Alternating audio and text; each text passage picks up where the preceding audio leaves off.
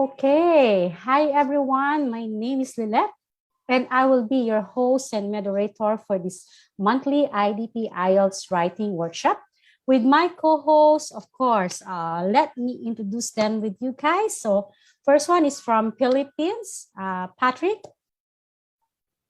Hi, good evening. Magandang gabi sa inyong lahat.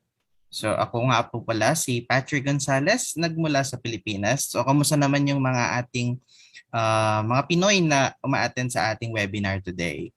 Ayun, so for those test takers na magte-take ng IELTS test for this month and for the succeeding months, good luck and best wishes to everyone, and may the force be with you. All right, that's great. And then let's move forward to Malaysia. Hi, Diva Chinh. Please greet everyone. Hi, good evening. I'm Divashni here from IDP Education Malaysia.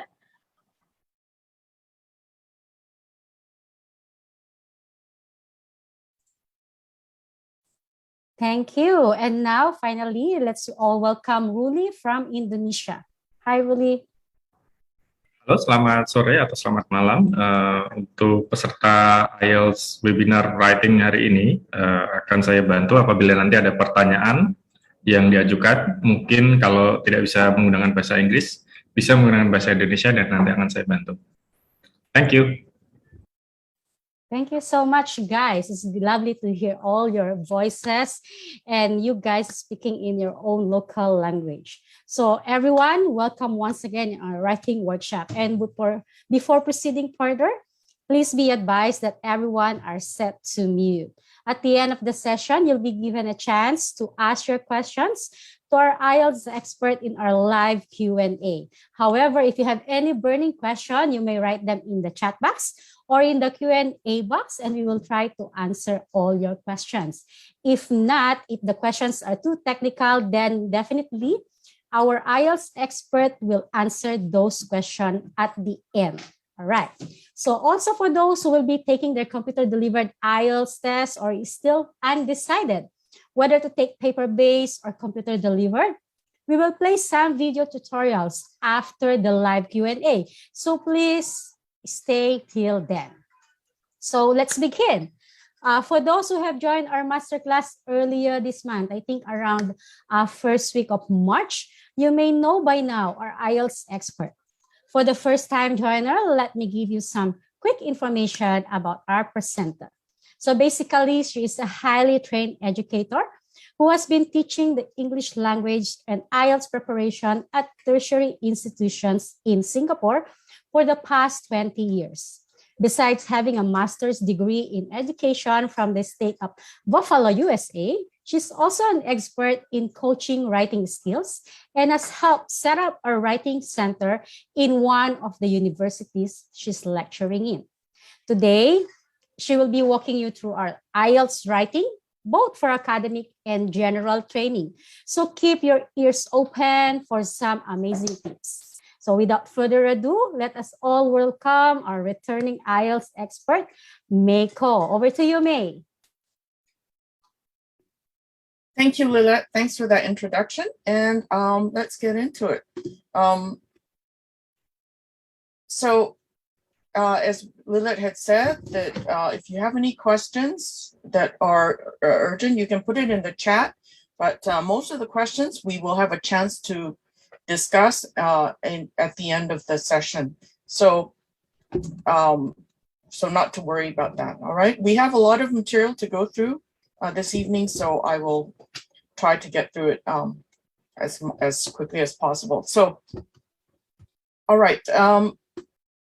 So let's talk about the structure of the writing component in IELTS.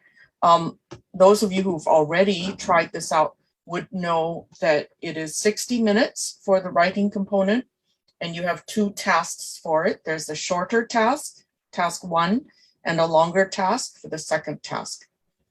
For those of you doing academic, the task 1 is about summarizing information, visual information that's given to you in the form of a graph, table, pie chart, diagrams, process, cycle, flow chart, or map. So any type of visual information can be given to you, and your task would be to write about it and to state what you see. The task 2 is an essay where you give your opinion about a topic that they will give to you. For the general training component,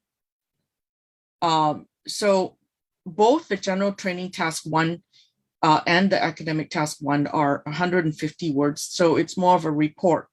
But for the general training task 1, you have to write a letter.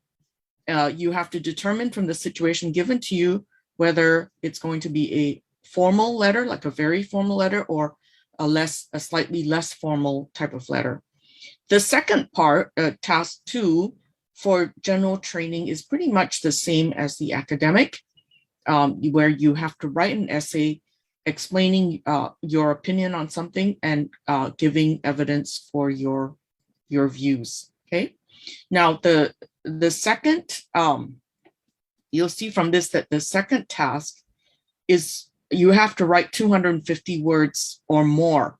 These are minimums, not maximums, right? So you have to meet the minimum in order to, have a good band score. Now, if you are under length, like if you don't have enough words, you can be the band score could be reduced by 1 or 2. Okay. So one thing to consider as you're planning, as you're sort of trying to prepare for the writing, is to know how you'll be scored by the examiners when they look at your writing. So for the writing component, there are 4 different skills that you will be assessed on. The first one is task achievement and response. And that's, again, equally divided. So it's 25% of the overall grade for writing. Task achievement and response is exactly what that says. Basically, have you given an answer that meets the requirements of the task? So is it relevant to the task? The task response is referring to task 2, but it's pretty much the same thing. Have you responded in a relevant way to the task that's given to you? So the main thing to do here is to read the questions and the statements they give you very carefully before you start to answer it. Make sure you understand every aspect of the question before you start writing. The other skill that you'll be graded on is called Coherence and Cohesion. So coherence means, does it make sense? So when people read your writing, do they understand what you're trying to say? Cohesion is about how well your argument is put together and how well you make the point for your argument, right? Including the evidence you give and the paragraphs you've written. How well have you put the flow together so that it makes sense between the evidence and what your opinion is?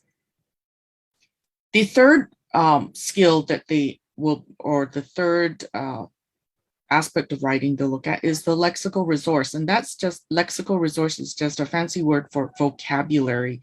So the question is, have you used a wide range of phrases and collocations that are relevant to the task? So one point is the level of sophistication of your vocabulary. This is where you cannot repeat words too often because that will sound like you have limited vocabulary, or to use a very sort of basic vocabulary. Excuse me. Sorry. The fourth item that will be taken into account is grammatical range and accuracy. And that is simple, is your grammar, sentence grammar, things like tenses, subject verb agreement, and some of these things. So if you have a lot of errors in your sentences, or every other word, and it needs to be, has an error in it, then your score will most likely be lower. So it's about how many, whether the mistakes are interfering with the coherence, with people understanding you as they read your items, your paper. So all four of these are divided in terms of the grading, are divided equally, which means that if you do very poorly in one, it will definitely pull the score down from the rest of them, right? So the key is that you have to do well at least in 3 components of this, right, in order to avoid, sort of being penalized, overly penalized.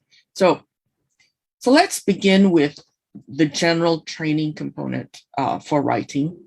So again, I've said that the task 1 for writing is about a letter. So let's look at the language to describe this. So the question that we're referring to, we call it a prompt because it's most of the time given to you as a statement rather than just a question.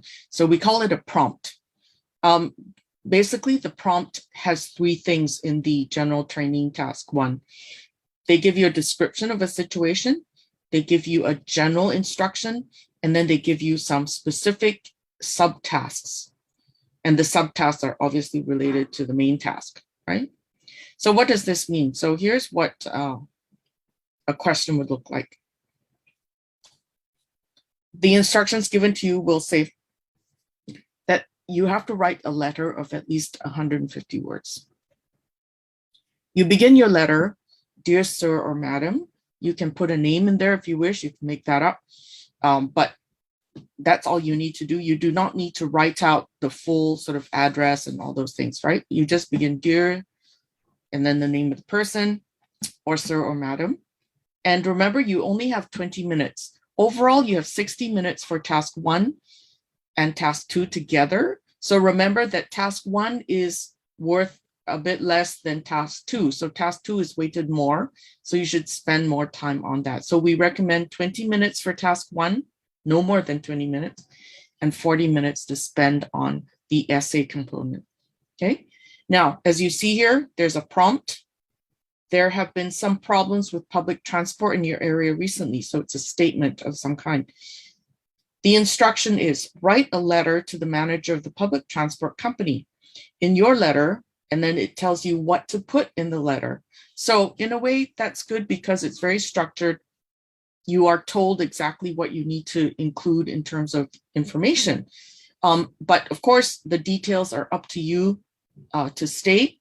So you can be, creative that way, but you have to fulfill the, answer these 3 points.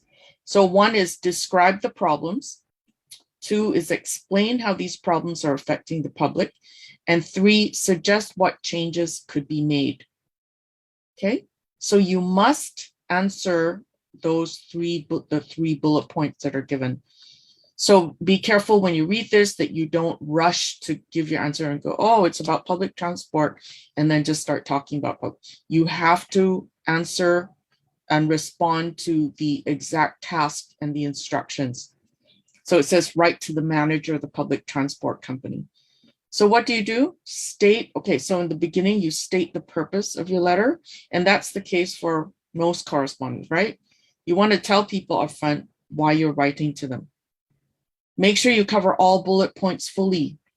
Make sure you maintain an appropriate tone throughout. So the key thing with letters are obviously formality, right? Who are you writing to? So in this case, you're writing to, someone in the company. You don't really know them, so you should maintain a formal tone, right? So formal tone means using the right language that you would use to someone you don't really know that well. All right, so state your purpose. What do we mean by state your purpose? So it's simple. In your introduction, you can give a little recap of the scenario. Dear sir or madam, I write to draw your attention to certain problems with public transport in Newtown. Briefly, the roadworks along Hill Road have led to long delays in bus services. Furthermore, the new weekend bus timetable has drastically reduced the frequency of buses on Saturday mornings. So right away in the introduction, I'm writing to you to draw your attention to recent problems. So you put that at the front of the letter, okay? Don't put it at the end. You have to state at the beginning what your purpose is, right at the beginning. Now, make sure you cover all points. So the points given was to, what was that? To state, describe the problems, explain how it affects the public, suggest. So describe, explain, suggest. So that's the language that you need to use, right? Describe, words to describe something, words to explain something, and the words to suggest some what to do. Okay. So the effects of these actions becomes very obvious during the peak hours on weekdays and the busy shopping hours on Saturday mornings. There's a high level of public concern about the situation. Public transport users in Hill Road find it now takes up to 20 minutes more to travel the length of the road. As well, shoppers who often travel by bus on Saturday mornings to shop in Newtown find it's now not worth the trouble, leading to a drastic downturn in retail trade in the town. So this is a letter, in a way, a letter of complaint, right? Now, even though it's a letter of complaint, because it is something formal, it should be very politely written, okay? Especially if you want to request people to make some change or do something, take action on something, you have to write formally and be polite. May I suggest, okay, so here's the third point, right? You have to give a suggestion is what you want, about what you want them to do. May I suggest that buses be rerouted along Great East Road until roadworks on Hill Road are complete? I would also recommend a return to the old weekend bus timetable. I'm sure these steps would be warmly welcomed by both users of public transport and local shopkeepers. Now, the question is for you, what is the highest score for task achievement if you don't cover all the bullet points in your letter? Now, if you wish to refer, there is a PDF of notes usually given in the masterclass that has sort of the band descriptors. You can also get it online by just looking for IELTS band descriptors, which tell you what you need to do to achieve which task. So what is the highest task for task achievement if you don't cover all the bullet points? The answer is 4. So you can see that not covering all the 3 subtasks can penalize you greatly. And you might do well in 3 components and get a 4 on the end, but the 4 will definitely pull down your score. The key point about getting the band 4 is it says that the person attempts to address the task, but does not cover all bullet points. So you will be graded according to this if you did not answer all the bullet points. Now, I was saying about maintaining an appropriate tone. So basically, dear sir or madam, and then, you know, having the correct beginning, the ending, yours faithfully, Simon Smith. But in between your letter, you need to have phrases that make it sound extra polite, right? So it's phrases like, I write to draw your attention to, furthermore, there's a high level of public concern about, may I suggest, I would also recommend, okay? So these are phrases to make it formal and polite. What is the highest score for task achievement if you don't maintain an appropriate tone? So you will be penalized as well for not using the appropriate tone. So one reason could be you didn't use an appropriate tone throughout, like you were kind of casual. Sometimes it could be you were formal in the first, part of the letter, and then suddenly you forgot and you started to write more casually. So it could be sort of half and half, but you will end up with a maximum score of 5, band score of 5. And 5 is not a good score if you're aiming to enter university and so on, right? So generally, I'm going to go over some of the advice now. First, you need to analyze the task to look for more than one element in any bullet point. So be careful here. They might list 3 bullet points, but within one bullet point, they could have sort of 2 parts. So make sure you check all the different parts of the prompt. Check for plural forms in the bullet point. So for example, if they say, describe the problems with an S, okay, that makes it plural, which means that in your response, you have to describe more than one problem, right? Because it says problems with an S. You will, so you need to pay attention to how many of the things that they're talking about. State the purpose of your letter in the first paragraph. Okay, that is standard. Just explain why you're writing right at the beginning. Also, you should have paragraphs, even though it's only 150 words or more. You need to organize your thoughts into paragraphs, right? So I recommend that you do the basic introduction, body, conclusion. Now, because it's only 150 words, you'll probably only have one body paragraph. You can have more, but again, remember the timing, okay? So while you have to write more than 150 words, you also have to be mindful not to keep writing and then find out that you don't have much time to do the task 2. So you have to manage your time. That's very, very important. Politely round off. So when you write your conclusion, you should have a phrase there that, or a sentence that looks to the future. Say something positive about the future. Okay, we call that politely rounding it off. You should also write in a style that's suitable, whether it's formal or informal, and then write your whole letter in the same style. So don't get confused about the style or tone that you would you need to have it in the same style. Avoid using the same words as those given in the instructions. So that is quite important in IELTS, that when you're given the question, you don't just blindly copy the whole question, whole statement prompt and use it in your paper, because they don't like that. What they will do is count the number of words that you have copied and subtract that from your overall word count. And that might bring you under the 150 word mark, and that would cause you more penalties, right? Start the letter as shown, dear sir, madam. You don't need to include your address at the start of the letter. End the letter in an appropriate way. So by saying yours faithfully, yours sincerely at the end, right? So have a closing. So we have an opening, dear, then you have to have the closing. Okay, so that's for pretty much for letters in general. So here's another example. You think you left your briefcase on the train yesterday morning. Okay, that's a statement of what happened. Write a letter to the lost property office.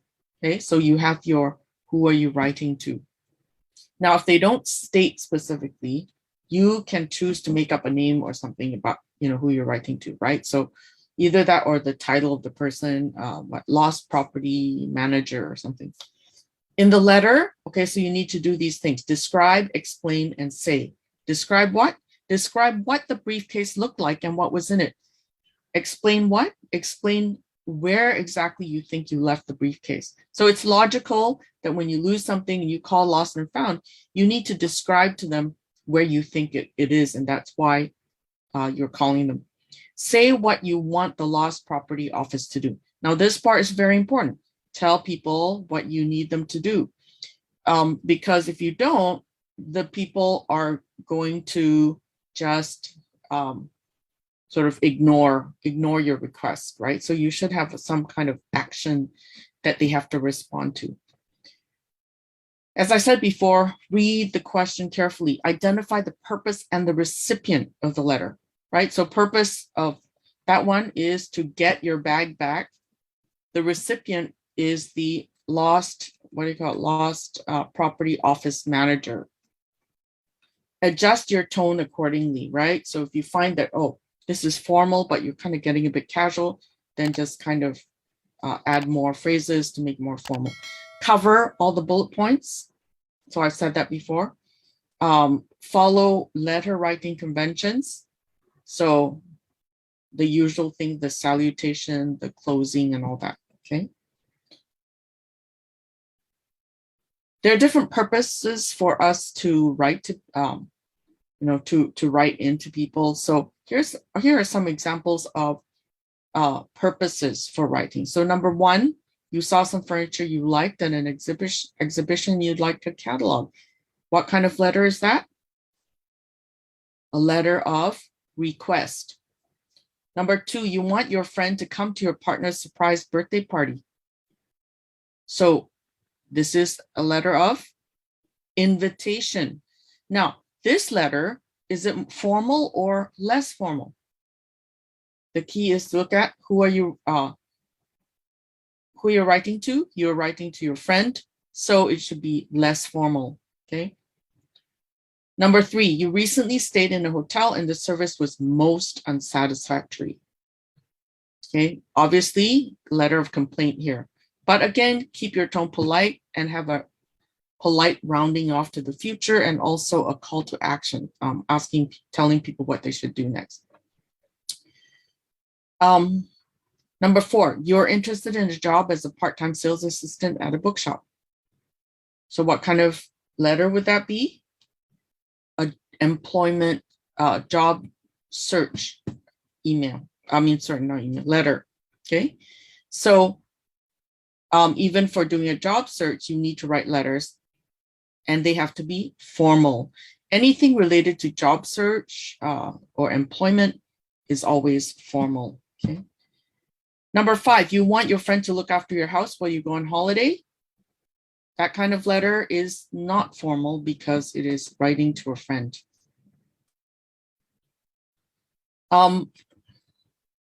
Here are just some examples of the tone and how inappropriate, or the effects of the tone, right? So for example, if you are writing to request a catalog from the company, and you write, you must send your catalog to the above address immediately. What's wrong with the tone of that? The tone, basically the tone of that is too demanding, right? You said you're telling the person, I want it immediately. No, you cannot force the people in the company to send you the catalog. For example, if it's a weekend or something, right?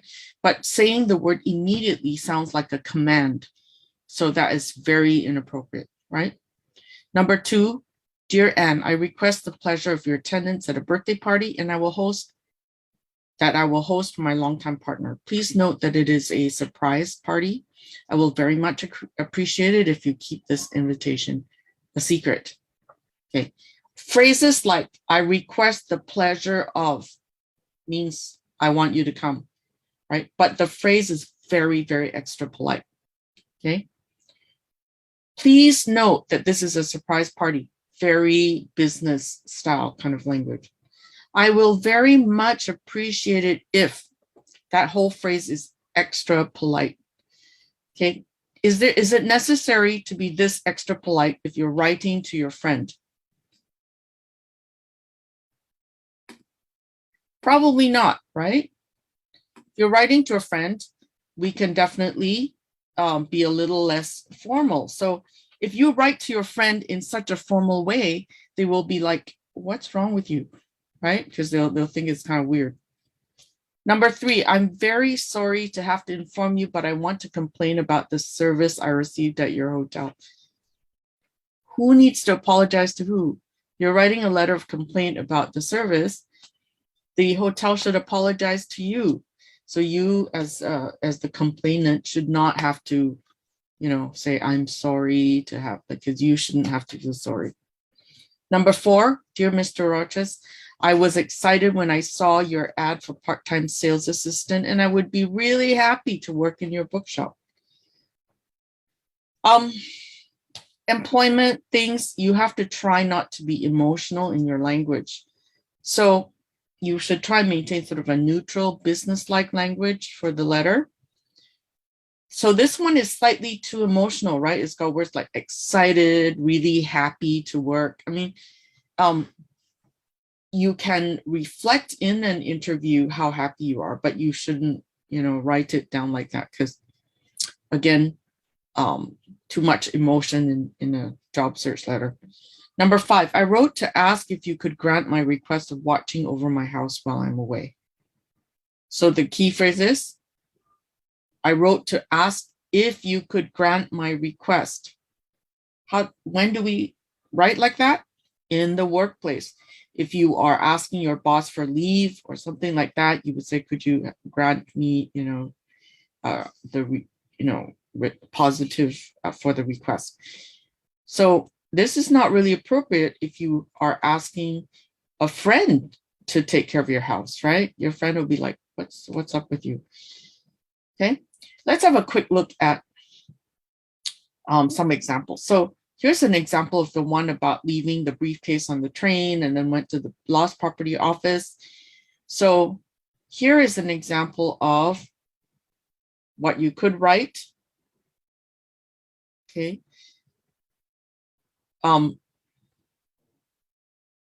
Check for complete information. So have you given a description of the bag, as they said? Well, the person describes in detail what was in the bag, right?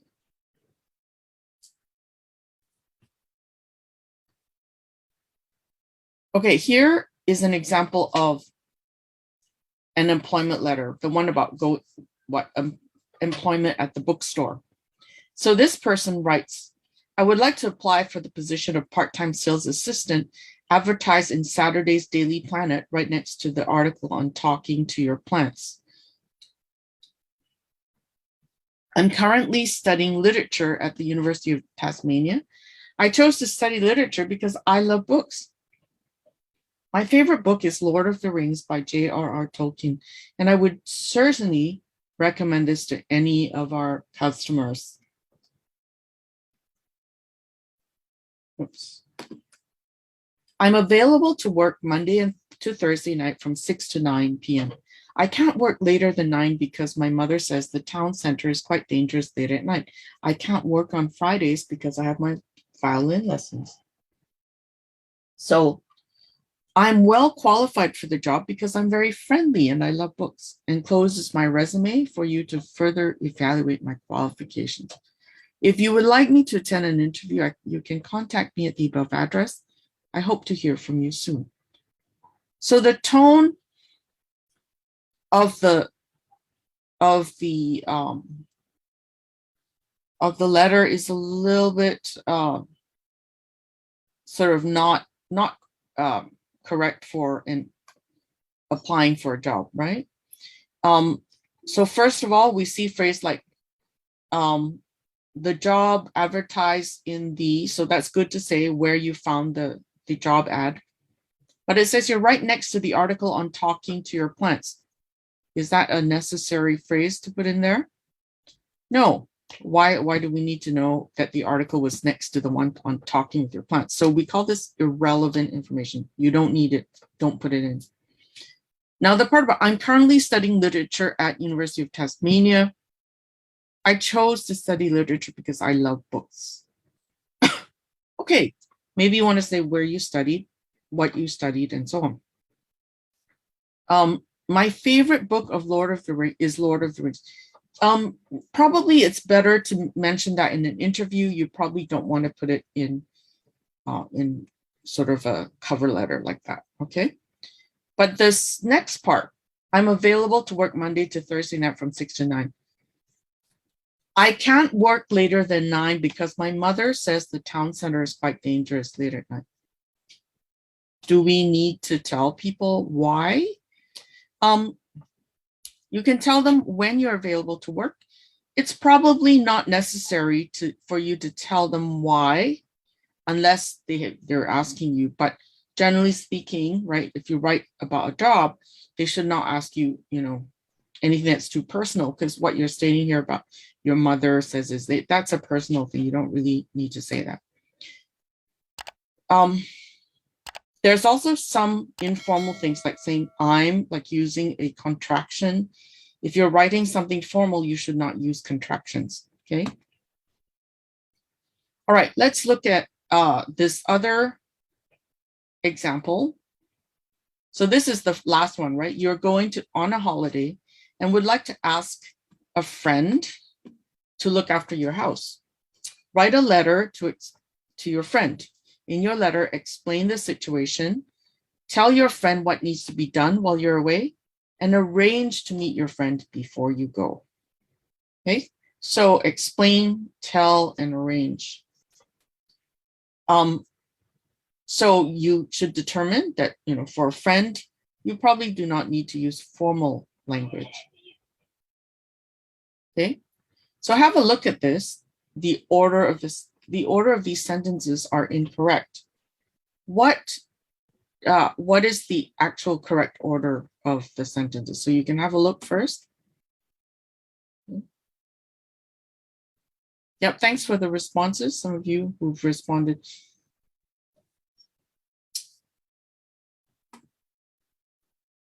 Just give me a minute.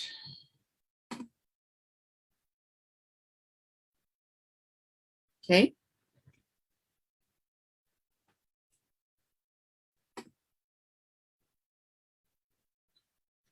So if you read through this, you can kind of gather, what's the first thing you do? You have to tell people why you're writing, right? So you should start with, as you know, I'm going to England on holiday next Monday until the 15th of July. So you tell the person the situation. Then the next one should be, I wonder if you could do me a favor while I'm away. So here you straight away request for help. Okay. So don't leave it to the end to, ask for help. So I'm going away. I need your help to do me a favor. So what's the favor? I would really appreciate it if you could look after the house or my house. So then you have to explain what you need that person to do, right? So after number one, I could appreciate it if you look after the house. The next one should be, in particular, I would like you to feed the cat. So the cat's important, right? 8 and then 7, he can get in and out of the house on his own. So all you need to do is leave some food in his bowl. Then after 7 is number 4. While you're at the house, it would be good if you could water the garden and take out any post out of the mailbox and place it inside. Okay, so you've given the instructions. Then you said,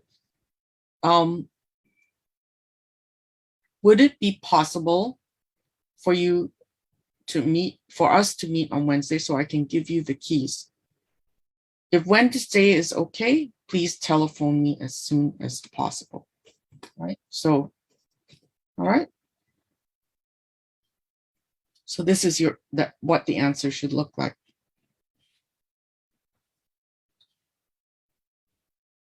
In this next part, we want to look at paraphrasing and removing words that have been overused. So if you want a higher band score, you should not be repeating words or phrases over and over again. Most often when people do that, when they reuse words over and over again, it's a sign of lack of vocabulary, okay? So if you want to show sophistication, you have to show variety of words and phrases that, mean the same thing, but you still have a variety, okay? So for example, you said, Dear Mr. Williams, I would like to report an accident that I had leaving work on Friday, 21st of October. As I was leaving work, I tripped over a raised paving stone outside the front entrance. I fell over and tore my trousers and cut my knee. Although my cut knee was not serious, it was painful and my trousers were damaged beyond repair. I believe this accident was caused by problems with the paving stones just outside the front entrance. This may be because tree roots are going up under the paving stones and pushing the paving stones up. I believe that the paving stones need to be replaced if this type of accident is to be avoided in the future. So as you can see, the phrase paving stones appears 3 times, right? So it's too repetitive. I would also like the company to pay to replace my trousers. Replacing my trousers would cost around $200. I trust that the company understands and will not deny its responsibility towards its employees. So as you can see, there's a lot of repetition here. So what are some of the words? Okay, so you see here words like accident I had leaving work. So you could replace that with the word office or something like that, something more interesting. So here are some suggestions. As I was leaving the office, I tripped over a raised paving stone outside the front entrance. I fell over and tore my trousers and cut my knee. Although my injury was not serious, so you're using the word injury instead of my cut knee again. It was painful and my trousers were damaged beyond repair. So you're not repeating tore my trousers, right? I believe this accident was caused by problems with the pavement. This may be because tree roots are growing up under the paving stones and pushing them up. You can replace the pronoun them. I feel that the paving stones need to be incident is to be avoided in the future. So you call it an incident instead of cut myself again, okay? I would also like the company to pay for the damage to my clothing. Okay? Replacing my trousers would cost around $200. I trust that the company. So you have given some variety in terms of your vocabulary. So it puts you in a higher band score. Some things to avoid in the writing: avoid misspellings and inaccurate word choice. Okay. Spelling is a tricky thing. I know even native speakers have spelling problems, but be careful, right? Be aware. Make sure your spelling is up to scratch, especially for simple words, right? Use correct tense of the verb. Construct grammatically correct sentences. Make sure that you have good sentence structure, right, in writing. The key is if the density of your errors is very high, like so within one sentence you have a few errors of different kinds. They don't have to be the same errors. Like as long as they're errors, it will interfere with people, the smoothness by which people will read your writing. Okay, so if that is interrupted in some way, or people have to work really hard, then it's not good, right, in terms of your writing, okay? Here are some misspellings and inaccurate word choices. So let's just do this quickly together. Number 1, I have always considered you my best friend. There's an error there, right? So I just want you to make a note of that. What's the error? My best friend should be 2 words, right? Number 2, I live close to the office, only 5 minutes away. Does there need to be a past tense in closed? No, I live close to the office. Number 3, the Tavern Inn offers first-class accommodation. Okay, accommodation, is that spelled correctly? We need to check. I'm in between jobs. I have never worked before. That's kind of contradictory, right? Number 5, we used to spend, okay, used to is past tense, so there should be a D there. Number 6, the office will be closed during the holiday season. Number 7, a separate investigation was launched by the maintenance staff. So there's 2 spelling errors here.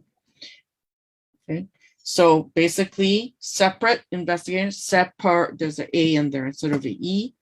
Maintenance, there's a E instead of an maintenance, not maintenance, right? So that's something you can check. Here's another example of a letter. Okay, task 1, general training. You won't be able to hand your assignment in on time. Write to your lecturer asking for an extension. In your letter, you should describe the situation, explain why your assignment will be late, and say when you will be able to hand in your assignment. Okay, so this is some kind of standard letter of request for extension. So it should read like this. Here's a sample answer. Dear Mr. Williams, I'm sorry to have to tell you I'll be unable to hand in my geography assignment due on the 14th of September. Unfortunately, my mother has had a heart attack and I have to fly back to China to see her as soon as possible.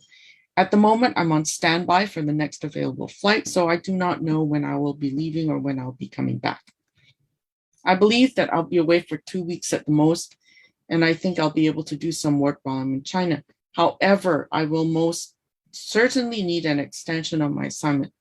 Please, could you give me permission to hand it in on the 21st of September? This would be 1 week later than expected. Could you let me know if I can get an extension? I'm sorry for any inconvenience I've caused. So it's polite enough, right? Okay, so we've covered, so all this stuff, we covered the letter for general training, task 1. Let's now look at academic writing for task 1. So the academic task 1 is very, very different from the general training task 1, right? So what is the task 1 for the academic test? You have to write at least 150 words, and again, around 20 minutes. You have to summarize in your own words information presented in a graph, table, chart, or diagram. Okay. So summarize words in your own words, information presented in visual diagrams. So basically, turning visuals into words. Your task here is to describe what you see. It is not to make projections or fancy interpretations. You just have to describe the trends and patterns that you see happening. You do not have to explain why that is. You don't have to give explanation for that. Okay, so you just describe the patterns you see. Do you see similarities or differences? So they will often give you 2 diagrams or 2 charts or 2 graphs to look at. Sometimes they even give you three different pieces of information which you have to relate to each other. So in this one, you should spend about 20 minutes on this task. Again, they'll remind you of that, but you remind yourself for sure.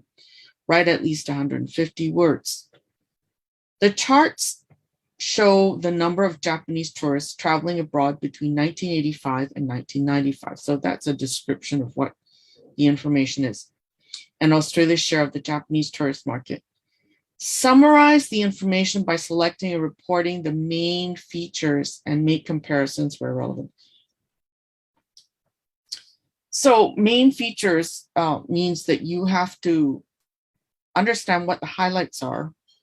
The highs and the lows, and what are the significant parts of the information that you see here.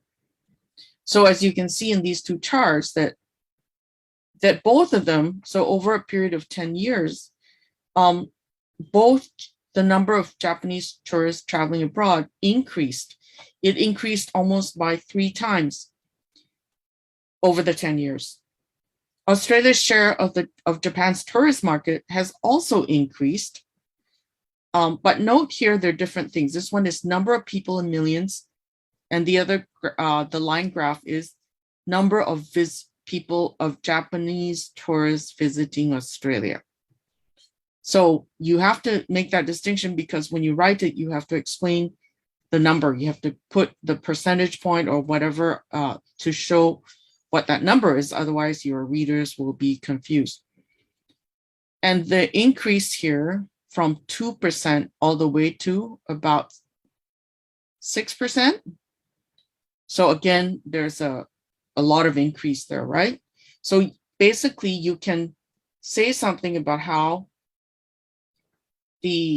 both have, over the 10 years, both the numbers have increased. Like I said, you do not have to say why though. Okay, so what do you start first? Write an introduction. So that's key. Whether it's the essay or the task 1, you have to have an introduction where you state who, what, where, when, where. Okay. Then you highlight the key features in the body paragraphs, but you have to put figures, which means you have to indicate the numbers. What are the highs, the lows, the peaks, and the troughs, right? You have to explain those.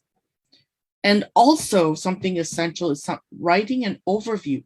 Basically, you have to explain in one sentence what you see for both graphs or both charts. Okay, so that's called writing an overview. It's basically like a thesis statement or a main idea statement. Okay, let's look at an example, right? So here's an example of the introduction. What, where, when.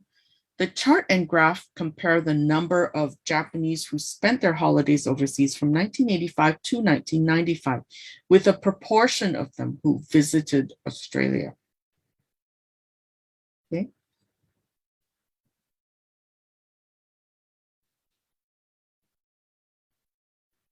Now, in the body component, so you can choose to divide it in different ways in terms of the body, but this one, they have chosen to have one paragraph describing the bar graph, and then another paragraph describing the line graph. Okay, so that's your two body paragraphs. Note here that says, so in 1985, what were the numbers for that, right? Only about 5 million Japanese traveled abroad. However, by 1990, the figure had more than doubled to 11 million. Now, first of all, when you write the number, you have to write what that number represents, right? So in this case, million of Japanese people traveling abroad. More than doubled, you have to use descriptions like that, like not just say what the number is, but the amount of increase or the amount of decrease, okay? This, apart from a slight drop the following year, the upward trend, so upward trend means the numbers going up, until the end of the period when numbers reached over 15 million. Okay, so you're describing the highs, lows, and whether it increased or decreased. In the second paragraph, or second body paragraph, it says here, while Australia was the destination for under 2% of Japanese tourists in 1985, this percentage had risen to over 6% by 1994. The proportion grew consistently apart from a slight fall in 1990. And then it states here 4.5% to 4%. So you have to give data. You can't just explain what the patterns are, but you have to say what the significant numbers are.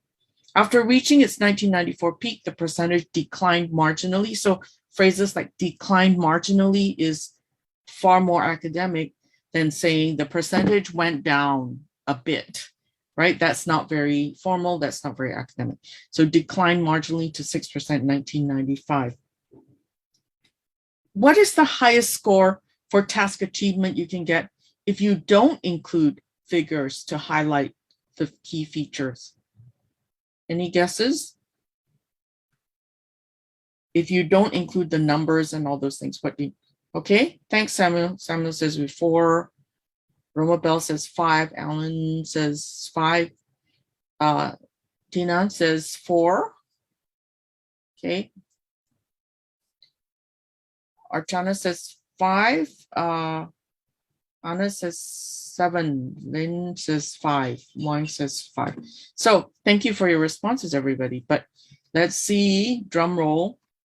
What is the answer? The highest you can score if you don't have numbers or don't have enough numbers. The highest you can get is a 5 in task achievement. Okay. Now, task achievement is important because it is the component that is easiest for you to score. If you read the question properly and responded properly to the question, your task achievement band score can be high. But if you do something like not giving data to support the description, it's an immediate lowering of your band score to 5 and below. And when it says there may be no data, it means that maybe you put some numbers in, but you didn't really give enough numbers. Okay. So please remember to put in the data, the numbers, and what the numbers represent. So if it's 10 million, you have to put 10 with a capital M, right? To indicate there's a million and not 10 people. Overall, despite the relatively small proportion of Japanese tourists coming to Australia, the increase of the country's share of the Japanese tourist market corresponded closely with the growth in Japanese tourism overseas generally, with a trebling of both in the 10-year period. Okay. Now, what's important here is the phrase like overall or in conclusion. It says here, despite the relatively small proportion of tourists coming to Australia, the increase corresponded closely with the growth of the tourism, and both numbers trebled in the 10-year period. It does not explain why this is the case. It just says what it sees is that there is some correlation, but you're not going in depth into, oh, what is that correlation or connection, right? You're just saying that there seems to be some relationship that because both are going up, right? Okay.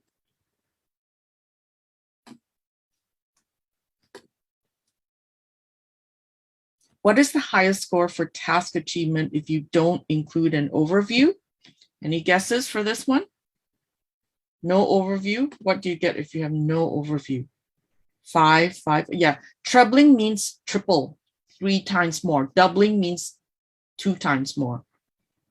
So, okay, there's quite a range of responses here. There's 5, 4, 5, 6, etc.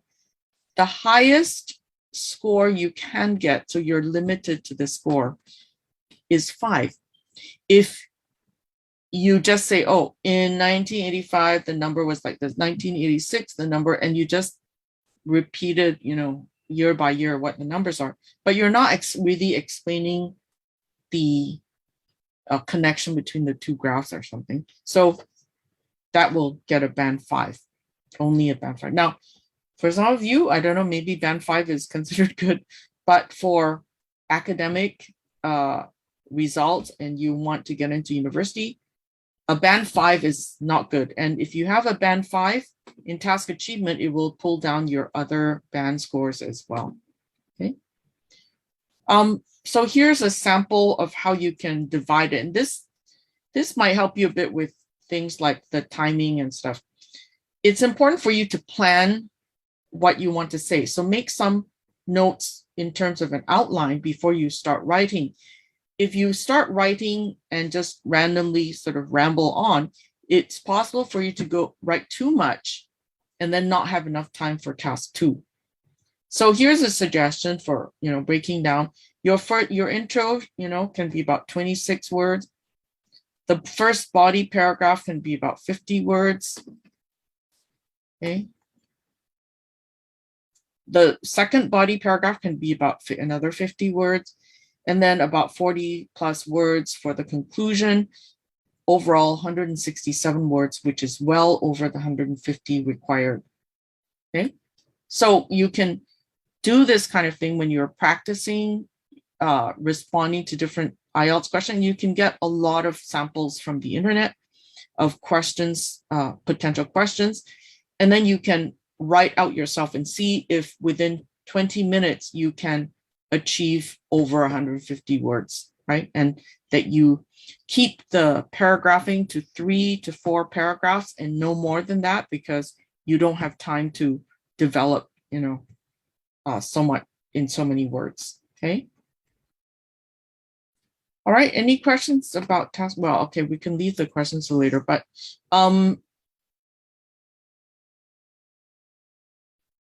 someone asked if you can write a paragraph in the conclusion instead of an overview. Your overview is a sentence in the conclusion. You can also write the overview in the introduction if you wish. But the conclusion, Yes, if you don't have a conclusion, that means the task is not fully fulfilled. You must have the conclusion. That's why I say you have to write an outline and plan, because within that 20 minutes, you have to write from introduction, body, and the conclusion as well. You cannot, write halfway and then end it like that, right? So it has to be ended properly with a conclusion. That's why I said you have to plan. Maybe for your body paragraphs, you should have no more than 3 points to cover for each. 3 main points, and then that's it. That will help you to keep within the time limit. Okay. Overview is just the main idea or the main trend between the two. All right, let's talk now about task 2. Okay, for academic and general training, we're talking about it together because they're both very similar, right? The way you answer it will be similar. So we have a prompt. Again, as I said, it's a prompt because it's not in the form of a question, it's in the form of statements. There will be a statement of the topic, and then there will be another line, which is instruction. It would include an instruction or the question or questions, okay?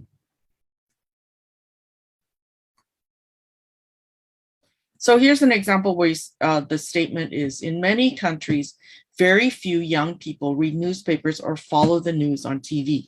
So it's just a statement. Generally, the statement they give will be some kind of opinion or something that is debatable, meaning people don't necessarily agree on it, right? So in many countries, very few young people read newspapers or follow the TV. This is a statement of topic. What do you think are the causes of this, and what solutions can you suggest? This second one are the questions. Now, if you look here, there are 2 questions, right? What are the causes of this? What are the solutions? But you have to also pay attention to the detail of the question. Like it says here, what do you think are the causes? So there's plural here. And solutions is also plural, which means that you have to give more than one cause, and solutions, you have to give more than one solution. So you have to pay attention to when it's singular and when it's plural. Okay. So here's another one. So the statement is, some people think that there are things that individuals can do to help prevent global climate change. Others believe that action by individuals is useless and irrelevant, and that it is only government and businesses which can make a difference. So here they've given you 2 points of view, right? And then it says the instructions, discuss both views and give your opinion. So again, the top one is a statement of, so you can see this statement of topic. And, sorry, just 1 second, stuck. And then the instruction is, sorry, I have to move this bar on just, the bottom one is the instruction. Discuss both views and give your opinion. Now, this one is very specifically both views in the sense that you have to talk about the first view and then the second view. So again, you can divide it into 1 paragraph for first view, 1 paragraph for second view. Now, let's talk about the assessment criteria for task 2, right? So this for the task response. So it's part of task achievement, task response. Read carefully, read the question carefully. Take time to understand the topic and the task. As I said before, you need to notice things like, is it asking you for things in plural or singular? Because that will determine how many points you have to make. So here's a sample prompt. In many countries, very few young people read newspapers or follow the news on TV. What do you think are the causes of this? What solutions can you suggest? So here's a sample response. What's the problem with it though? It is not true that people don't read newspapers or watch the news on TV. In my country, most people spend time finding out about the news. Why do I say so? Because I see newspapers everywhere. If people don't buy newspapers, why does its publication continue? So what's the problem with this response? Anybody spot it? It's not a good response. Why is it not a good response?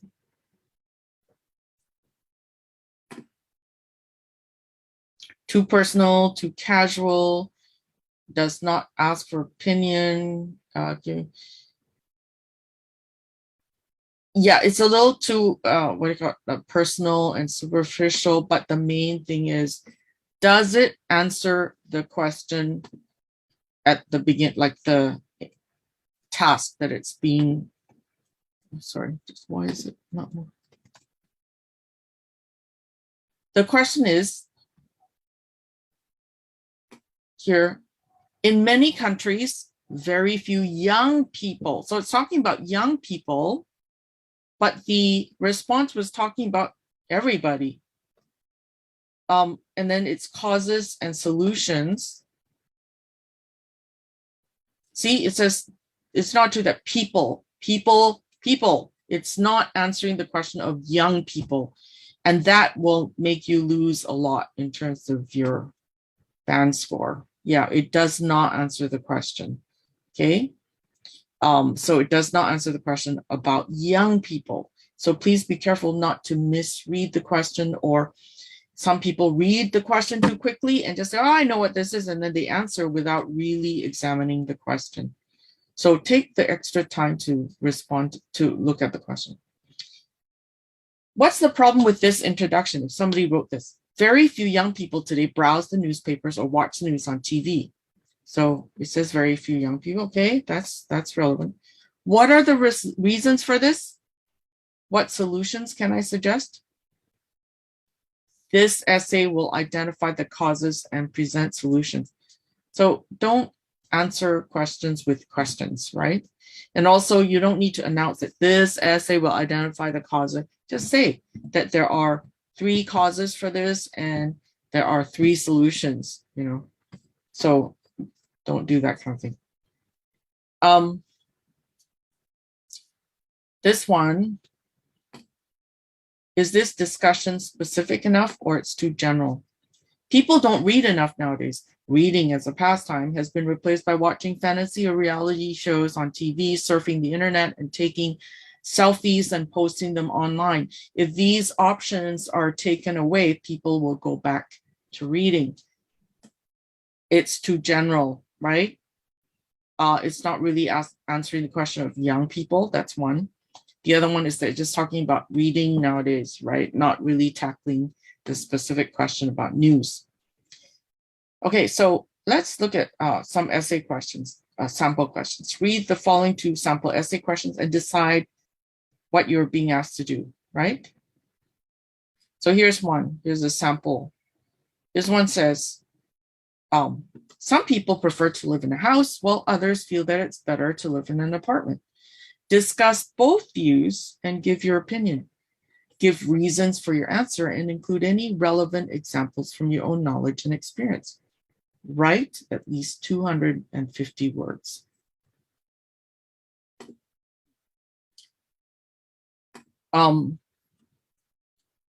Excuse me. So you see here, the first, so I'm giving you sort of variations of questions that they could ask you. This one is asking you about the both views and give your opinion. So you could have one body paragraph for one view, one body paragraph for the other view, and one that is your own opinion. So that would give you a 5-paragraph essay. This next one is about the same topic of living in a house or an apartment, but they're asking you more detailed questions like, are there more advantages than disadvantages of living in a house compared with living in an apartment? So you have to look at advantages, disadvantages, and do some comparison and contrast. Now you must give reasons for your answer. You can't just say what it is. You have to explain how you came to that conclusion. And you must also give evidence for why you think this. So you can cite things in your own experience like, oh, you know, I used to live in, you know, a house, and I've lived in both a house and an apartment, and this is what happened to me. So you need to give things from your own experience, okay? Here's a different topic. This one talks about modern cities and noise level. Here's a question that gives you problem, cause and effect of the problem. So modern cities have had to deal with an ever-increasing amount of noise. Why is there a constant increase in the amount of noise in cities? Why is it a problem? So you have, why is there a constant increase in the noise? And then for why it's a problem. So there's reasons why. Okay, again, using your experience. Now here's a different variation of that question. Modern cities have had to deal with an ever-increasing amount of noise. What problems does this cause the individual and society?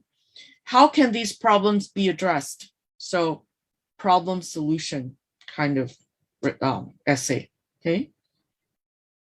So describe, first of all, you describe the problems, again, plural. Now be careful here because it's got two aspects to one question here. Problems it causes the individual and problems that it causes to society. So that's a bit tricky, right? The increasing noise can cause people individual problems such as hearing loss, disturbance, not being able to sleep or rest. Problems that it causes society is in general, the noise levels can cause great disturbance in neighborhoods or something. But again, you're talking about society level, not individual level. Okay. Let's look at coherence and cohesion. So this first part, we were just looking at task achievement, right? Looking at the questions, making sure you identify, you know, how many points are needed that you need to cover, like, you know, is it plural problems or one problem? It's important to plan your writing, divide your ideas into paragraphs, okay? You should have, for the task 2, at least 4 to 5 paragraphs, at least, for the task 2, right? You need to organize things. You cannot have large chunks of text and not have paragraphs. So what is the importance of paragraphing is laying out your reasons for something and the logic to which you arrive at a particular opinion. So let's look at this sample question. Every year, thousands of students go overseas to study. Although many benefit from the experience, others go home disappointed. What are the benefits and drawbacks of studying in another country? So benefits and drawbacks is, you know, advantages, disadvantages, right? Okay, so you have to give, you have to explain both equally. So that's another thing to remember importantly, is that if they ask you to, you know, discuss both opinions or give benefits and drawback, you have to cover each topic well. You can't, you know, have just one sentence to cover one aspect and then spend the rest of the essay writing about the other thing. So you have to look at that, right? Now, here's a tip.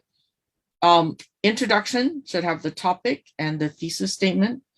Body is to present your argument and explain, and the body paragraphs could be 2 paragraphs or 3 paragraphs, okay? Your task 2 should not be a 3-paragraph essay, right? You probably have to write a little more than that. So I would say at minimum 4 to 5 paragraphs, okay? Follow general to specific format in the paragraph. So always have your topic sentence in the paragraph. So each paragraph must be about one thing, right? One argument. So if you have 3 points or you have 3 aspects you need to cover, then you have 3 separate paragraphs to cover it. Okay. Here's an example of a paragraph. Men and women have totally different attitudes to shopping. Many women enjoy browsing through shops, comparing prices and quality of products. Men, on the other hand, often know exactly what they're going to buy and are only interested in getting in and out of shops as quickly as possible. What is this paragraph about? The differences between men and women towards shopping. So the thread, it should be the topic sentence.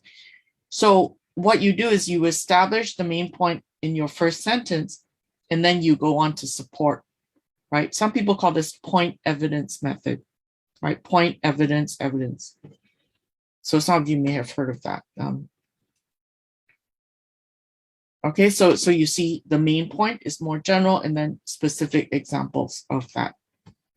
Okay, so let's look at this sequence of, which is about getting a job or about jobs that earn more money and so on. So what is the topic sentence? Can you pick that out?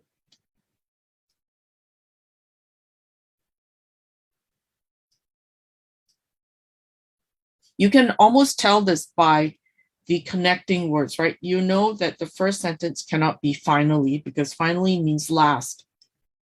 However, follows another sentence that already stated something, so it can't be that one. Of course is, sort of emphasis on something. So again, something has to come before. First is not the good sentence to begin with because it is not the overview sentence, right? First is after you make a statement saying that you have 3 points to make or some points to make, then you say first and then next and so on. So another is also listing. So first and another cannot be the first sentence. So that leaves us with, which is the first sentence? Which is the topic sentence? Which number? Let's see. Thank you, everybody who put 3. 3 is the correct sentence. So the sentence starts with, although there are a number of ways to get rich, the chances of being successful are quite small. So it's kind of a broad statement, right? Then after that, which sentence goes next? Obviously first, because of the first point. First, the first example of that. You could get a job as a lawyer or politician, which pays a lot of money. Okay, so it's telling you, they have to show you that there are many ways to get rich. So one way is to be a lawyer or politician, which pays a lot of money. Okay, so what's next?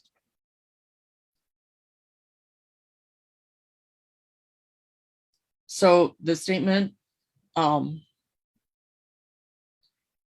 another possibility would be to set up your own business. And then after that, however, this is risky as more businesses fail than succeed. Okay, so you have 2 options now. Lawyer, politician, or business, own a business.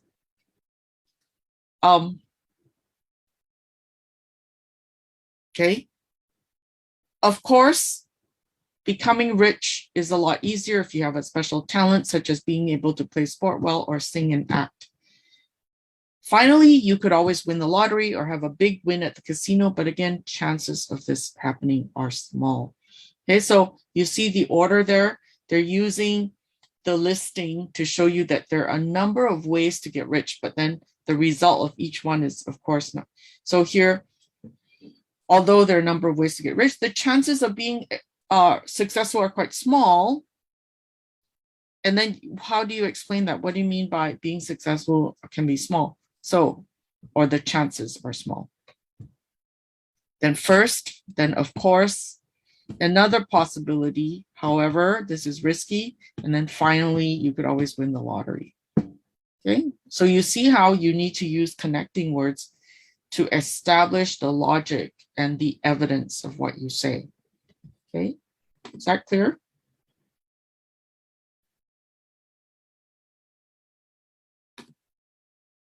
Yeah. Okay, so this one, what order do you think this should go in to form an introduction? So have a look.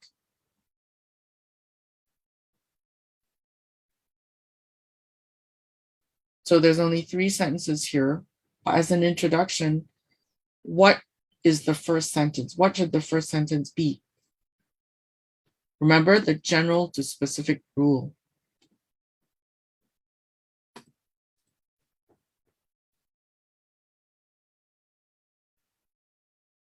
So what's your guess? So remember general to specific. So which one is the most general statement? In the past, countries promoted nationalism through their armies. Now nationalism is generated by sporting achievement. So they're drawing a parallel between the two. So this is fairly general. So number 3 should be your first sentence. Then after number 3, which other sentence? So you're extending and giving more detail about your point that now nationalism is generated by sporting achievement. So what's an example of that?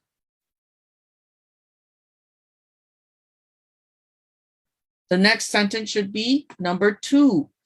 So in the past, was this nationalism is now nationalism is generated by sporting achievement. For this reason, countries such as Australia are prepared to spend large amounts of money to train athletes to be successful in sporting competitions. And then you continue, because this introduction, your next sentence should lead into the rest of your essay. There are a number of advantages and disadvantages to this, right? So that's your opening. And then the reader knows that in the next few paragraphs, you're going to explain the number of advantages and the number of disadvantages. Does that make sense? So 3, 2, 1. Yes, correct. That's right. Okay, 3, 2, 1. Okay, so again, it's shaped like a upside down triangle, right? The base at the top and the point at the bottom, general to specific. So if you can remember that. So each paragraph should be formed like that.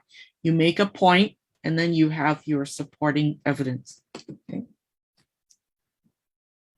Do you see this? In the past, and then for this reason, there are a number of advantages and disadvantages to this. Okay, so you see the pattern.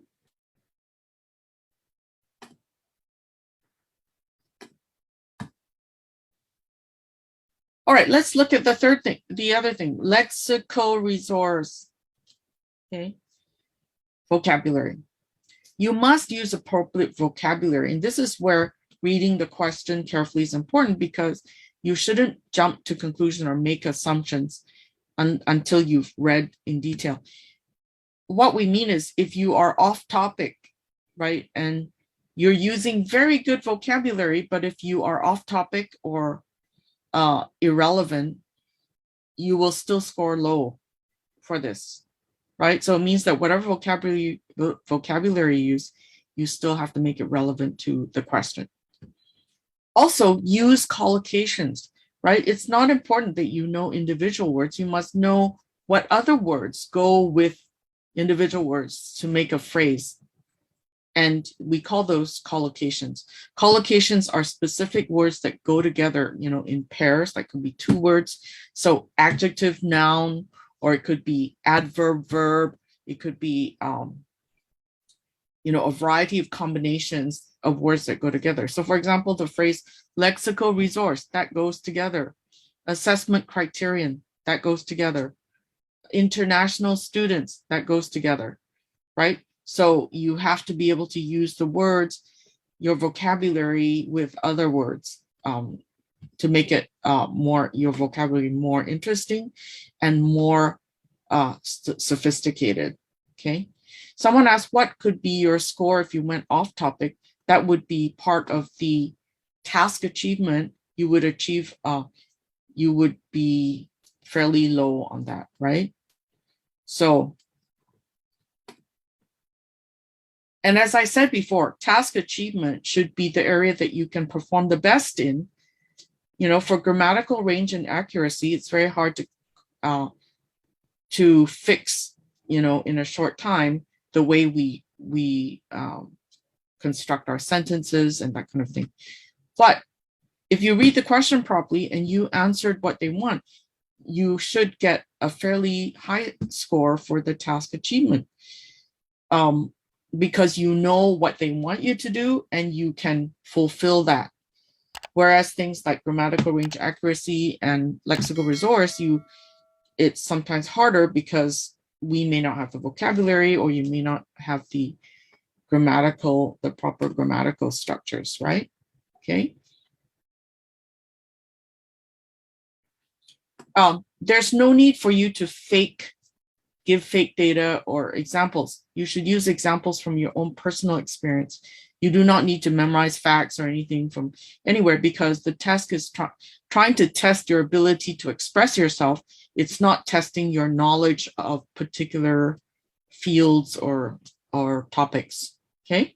Of course, if you know more about that topic and you have a lot of good vocabulary, you can do that. Or you can say that, well, I recently read an article that stated this, but you don't have to give, numerical facts or anything like that, okay? But do not make anything up, because I guess it's not a fictional piece of writing. This writing should be based on your actual experience, okay? So collocations, back to that. So here are some words that go together with other words that are frequently seen. For example, make an offer, accept an offer, dismiss an offer, or reject an offer. Or the word traffic, you can say heavy traffic, moderate traffic, or slow moving traffic.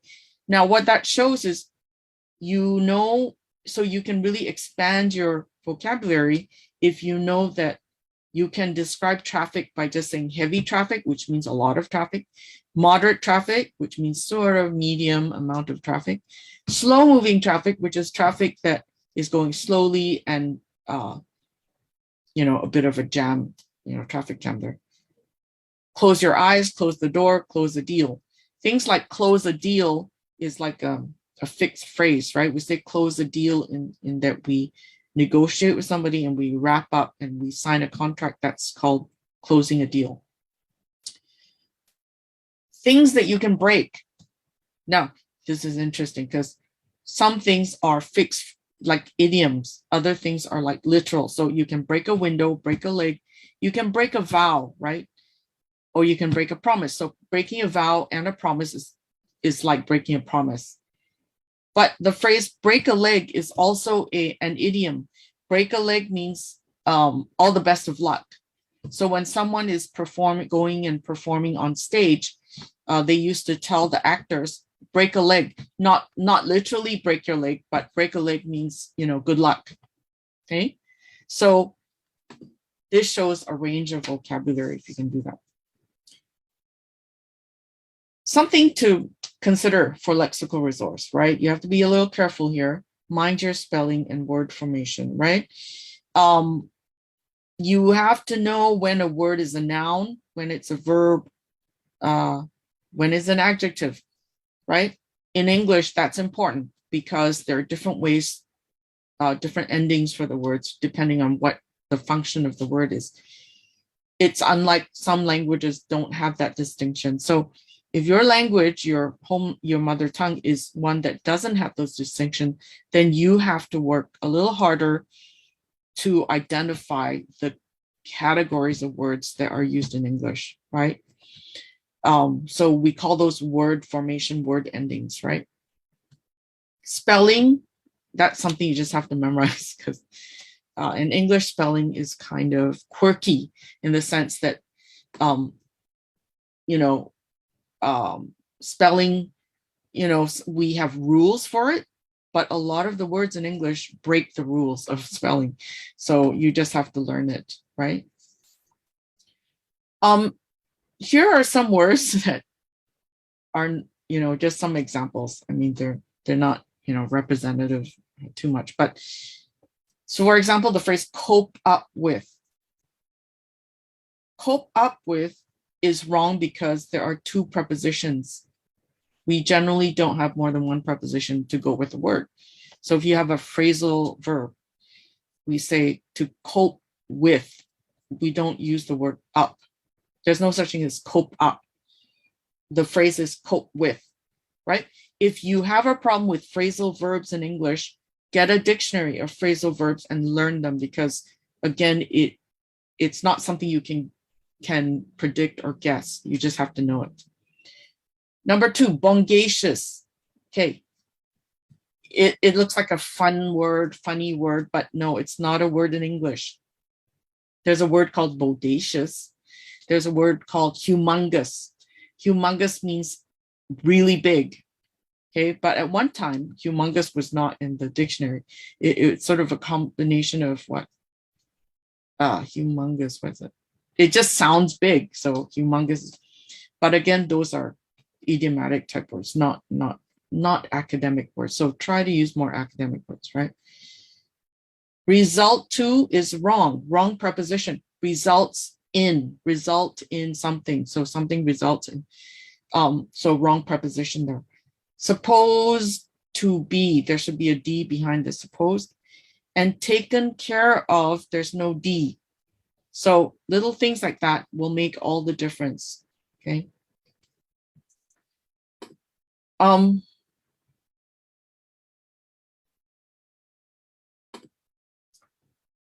Assessment criterion about grammatical range. So this is the 4th one, right? Grammatical range and accuracy.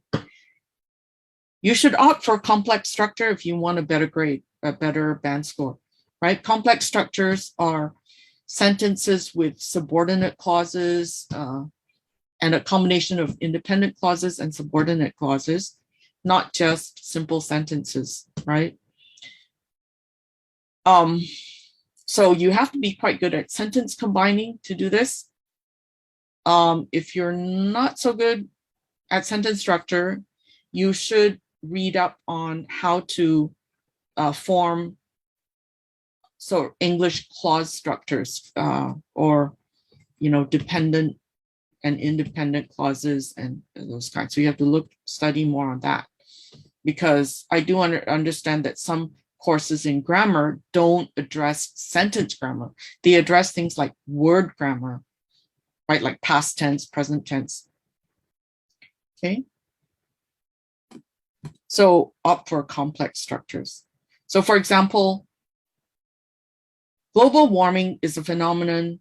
It is caused by increased carbon emissions. That's a very awkward thing, right? Global warming is a phenomenon. It is caused by. You can combine the two and just say global warming is a phenomenon which is caused by increased carbon emissions. So by using the word which, you have connected the two sentences, and it makes a more interesting and longer sentences, more complex sentence. Okay. So this shows, the second sentence shows a more efficient and smooth way of expressing the idea than two sort of short sentences. Okay. Now here are 3 sentences, right? What's the problem with this? Repetition. The World Climate Change Summit was held in Copenhagen in 2009. The World Climate Change Summit was designed to reach an agreement to replace the Kyoto Agreement. The Kyoto Agreement expires in 2012. It's choppy, they're not well connected, and you have too much repetition of phrases like World Climate Change Summit, World Climate Change Summit. And then you've got words like agreement, agreement. So too much repetition. You can put all this together in one sentence. One sentence can express all these ideas. How do you do it? Sentence combining. The World Climate Change Summit held in Copenhagen in 2009 was designed to reach an agreement to replace the Kyoto Agreement, which expires in 2012. So you're using which clause here, which expires in. So you see how much shorter this is to write than to write 3 separate sentences, right? So the 3 separate sentences, it's choppy, it's repetitive, and it shows sort of a limited command of there's very little fluency there. Okay, so use sentence combining. Avoid errors in grammar. If you have problems with verb tense, make sure you try to fix it. Subject verb agreement is another common problem for a lot of people. So if you're talking plural or singular, are you talking about one subject or many people, will make a difference with the word endings in English. Okay. So, all right, here, sorry, just, oh, where's my cursor? Lost that. All right, so let's go back. So one of the factor, okay, there's missing an S here. One of the factors that couples consider before getting married is financial stability. Although students know they may experience homesickness, culture shock, and even, okay, this sentence is what we call an incomplete sentence, number 2. Although linking word subordinates this idea, which means that it has to be attached to another sentence, which is an independent clause. So again, as I told you, clause structure is important if you have problems with sentence structure. Young people who start to live on their own often celebrate their so-called freedom by staying up late and attending parties. We don't attend to parties, we attend parties. But again, spelling is wrong and there's no preposition needed, okay? Okay, here's an example of another question. Every year, thousands of students go overseas to study. Although many benefit from the experience, others go home disappointed. Do the advantages of studying abroad outweigh the disadvantages? So how would you answer? Studying overseas is a popular choice for students, as evidenced by the large volume of foreign student enrollees in universities abroad. Despite the issues of culture shock and homesickness, it is a good long-term investment that propels their career and their personal development. Okay, so that's just a good start to that. So here are some reminders about what you need to do, okay? For paper-based, you should mark the task sheet. Ask for an extra sheet only when you have used up the one that you have been provided. Okay. Just remember, you don't have time to write a complete draft and then rewrite it, right? So you have time to make short notes, like a brief outline, very brief, right? Takes you about 5 minutes maximum to write an outline, but not a full outline. And then, so do not assume you have time to rewrite anything. I've seen papers where people write 3 paragraphs and then they cross out every paragraph and start from the beginning and then never finish because you just run out of time. So if you make some mistake, try to fix the errors as you're going along. Do not expect that you have time to rewrite big chunks of it, okay? Make sure you do not copy the prompt. This is something important. If you copy word for word, like from the prompt, the markers will subtract the number of words that you have copied from your overall word count, both for task 1 and task 2, which means that you could, after they subtract your copied words, the number of copied words, it could leave you under length in your, like you didn't meet the 150 or the 250 word count. And that will lose you at least 1 band score. If you are well below the word count,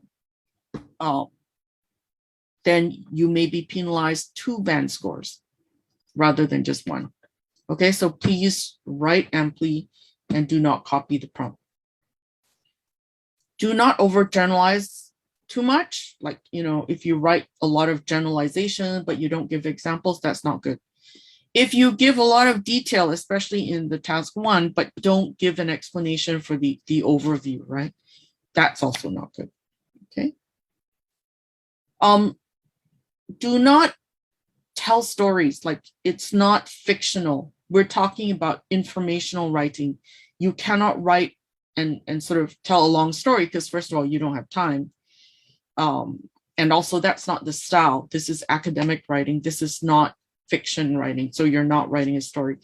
If you give an example, you have to be very strict and tell yourself, I'm going to give 3 points about this. you don't have time to start anything from beginning to end. Like, so, last time 3 years ago, I did this, then I did that.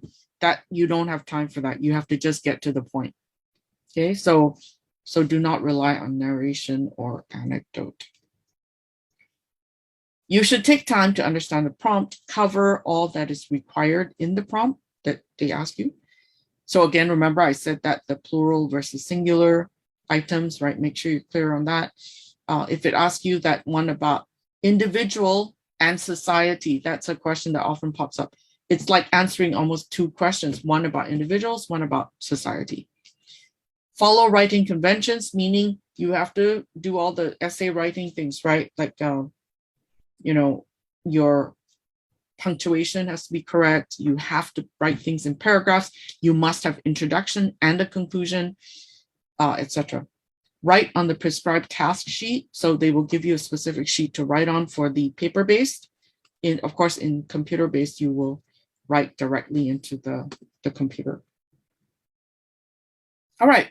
So there are some next steps for you. You can always access IELTSessentials.com for some additional material and assistance.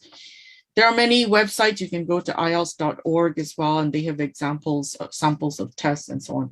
So you have many resources out there to try, but the key is to take time to read them and to practice them, and make sure you do prepare for the test at least once or twice. Even if your English is really good, you should know how to answer in the test. Otherwise, you might sort of have, lose marks for no reason.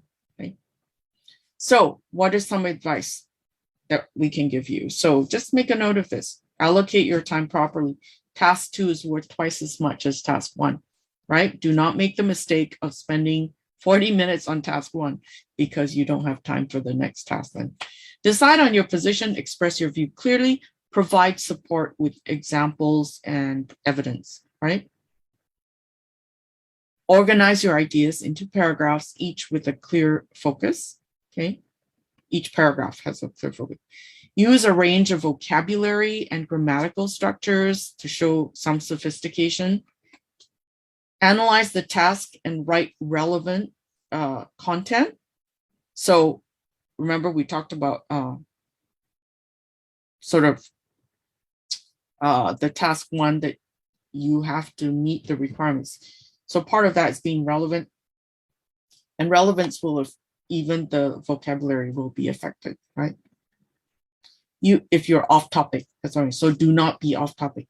Use a variety of linking words to connect your and sequence your ideas. So linking words are important. We saw that first, next, although, however, those are linking words, right? Do not write in note form. This is really important. No bullet points. You can't go, I have, there are 3 causes for that. 1, 2, 3. No, you can't do that. And you cannot use bullet points.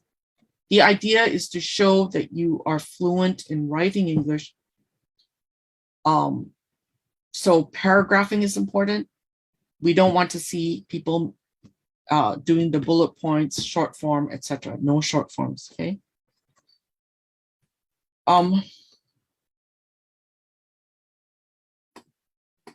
So check your work carefully. Okay, so if you have time at the end, please just revise quickly, just to look out for things like subject, verb, agreement, tenses, and so on. If you use present tense instead of past or whatever, okay? It's for you to decide if you want to do computer-based or paper-based. I think you can check with your office, your offices there to which you prefer, but most of it is your style. Do you prefer doing it directly into a computer, like typing it, or handwriting it? People have their own preferences. The only difference would be in how soon you get the results. As you can see here, results for computer delivered is a lot faster than if you did the paper-based, right? So that might be a consideration for you, okay?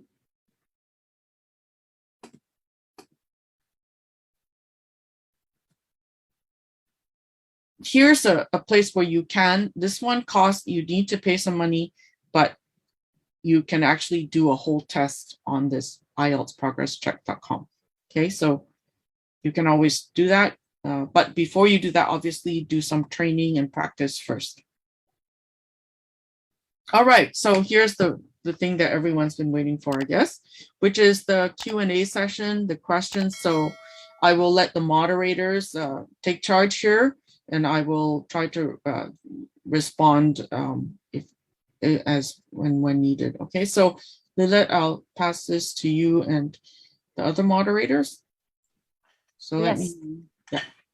Thank you, Mei. So before we our live Q&A, let me just answer a few questions about the actual test. So we have I think a few questions asking about the clock during the test. So during the paper-based session, there are some test venues providing a wall clock.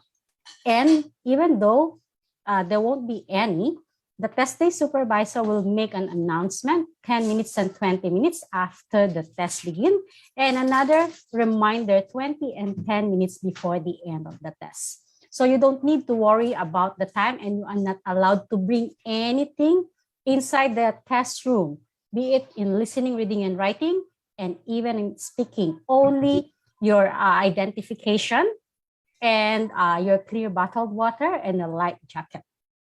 For computer delivered, there will be a timer in front of the computer. So you will see it's like from 60 minutes, to down to 0. If you want to check the seconds, the remaining seconds, you just hover your mouse on the timer and you will see the remaining seconds as well. Next, the spelling checker in computer delivered. Unfortunately, I'm sorry guys, but spelling is very important in IELTS. And then another question, I think majority of you are asking about the scratch paper. For paper-based, you don't even need one because you can use the question paper. You can use it to outline whatever you want, and you just need to write your answer on the answer sheets. For the computer delivered, you will be given the log on details that contains your login and password, and you can use the back portion of that paper as the scratch paper. And the next one is British or American spelling. Both are accepted, but please be consistent. All right. And then just one pending question, I think in the Q&A box. No, I think there are some more now. Just give me a second. Okay, Mei, first question. What is the proper subject for task 2 in academic IELTS? Should I use I or we? If you're giving your opinion, you're referring to yourself, right? We don't say we unless you're the Queen of England. The Queen of England uses the word we for herself because that is a particular it's particular to English language, right? That only royalty can use the word we to refer to one person. Okay. Thank you, Mei. And let me just answer these two questions. So for paper-based, is it okay if we write something or underline important keywords at the questionnaires? Yes, definitely. The examiner will not look at them. And then next question is, will paper and pencil be provided for computer-based tests so we can write up some point? Yes, definitely. As I've mentioned, you can use the login details to write, and then you can transfer it in, you can type it on the keyboard, and then a pencil will be provided as well. Okay. For computer-based listening tests, do we have extra time to list and fill in the blanks? Unfortunately, for computer-based, you don't have any extra time. Unlike for paper-based, you have 10 minutes to transfer your answers in the answer sheet. For computer delivered, no, you only have 2 minutes to review your answer. Okay, are erasers provided paper-based? Yes, it's provided, but not for computer delivered. Locker space for us to store our belongings? Yes, definitely there is. Okay, next question for you, Mei. What time you will use regards, yours sincerely and yours faithfully? Okay, generally speaking, best regards is for emails. For letters, you should use sincerely yours, or is it the more formal ways of explaining. Okay, so hope that helps. Okay, next one. Registered for computer-based test. Will my test be at the venue, or could I have my test at home? Yes, for computer delivered test, you have to come down at the test center to take your test. I have a problem with my stomach. Can I go to the toilet during the test? This is a very good question. So there won't be any toilet break during the listening test. So before registration, we highly suggest you guys, please visit the toilet. And then there won't be any toilet break while instructions are being given, or during the last 10 minutes of the test, or while the papers are being collected for the paper base. You can only go for a toilet break once the test begins. So let's say, for example, reading part, and then the test day supervisor announced you may now begin the reading test. That's the only time you can ask for a toilet break, but they won't stop the timer for you. Same for computer delivered tests. Okay, can we proceed with task 2? Yes, definitely. You can select what to start, be task 1 or task 2. Okay, for you, Mei, in opinion type task, can I include my opinion in introduction or only in summary? If you have to give an opinion, you have to give your opinion at the beginning, and in the summary, you have to summarize your opinion again. So your opinion has to be expressed throughout the entire essay, with the emphasis on intro and your conclusion. Does that help? Yep, hopefully. So can I use capital letter? Yes, you may.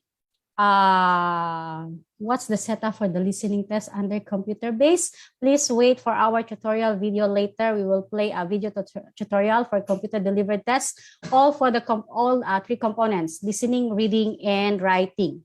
Do I bring my laptop for computer? No. Desktop will be provided by the test center. How can we keep track of the time? Do we only have to rely on our watch? I think I already answered this one earlier.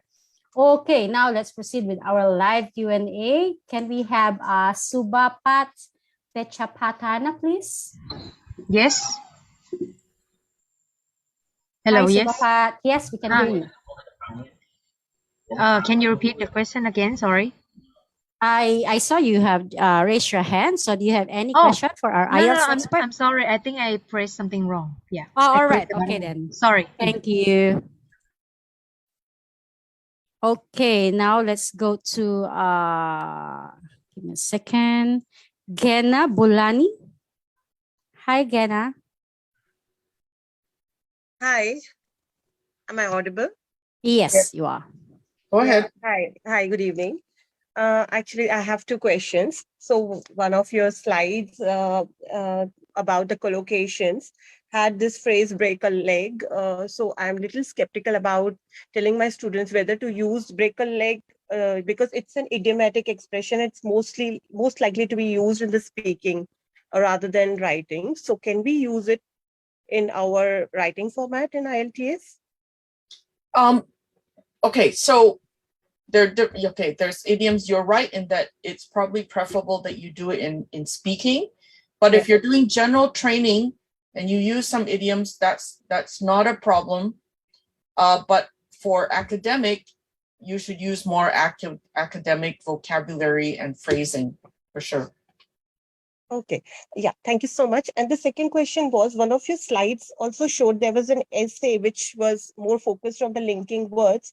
But there were lots of linking words in the particular essay. So are the students penalized sometimes for the overuse of linking words?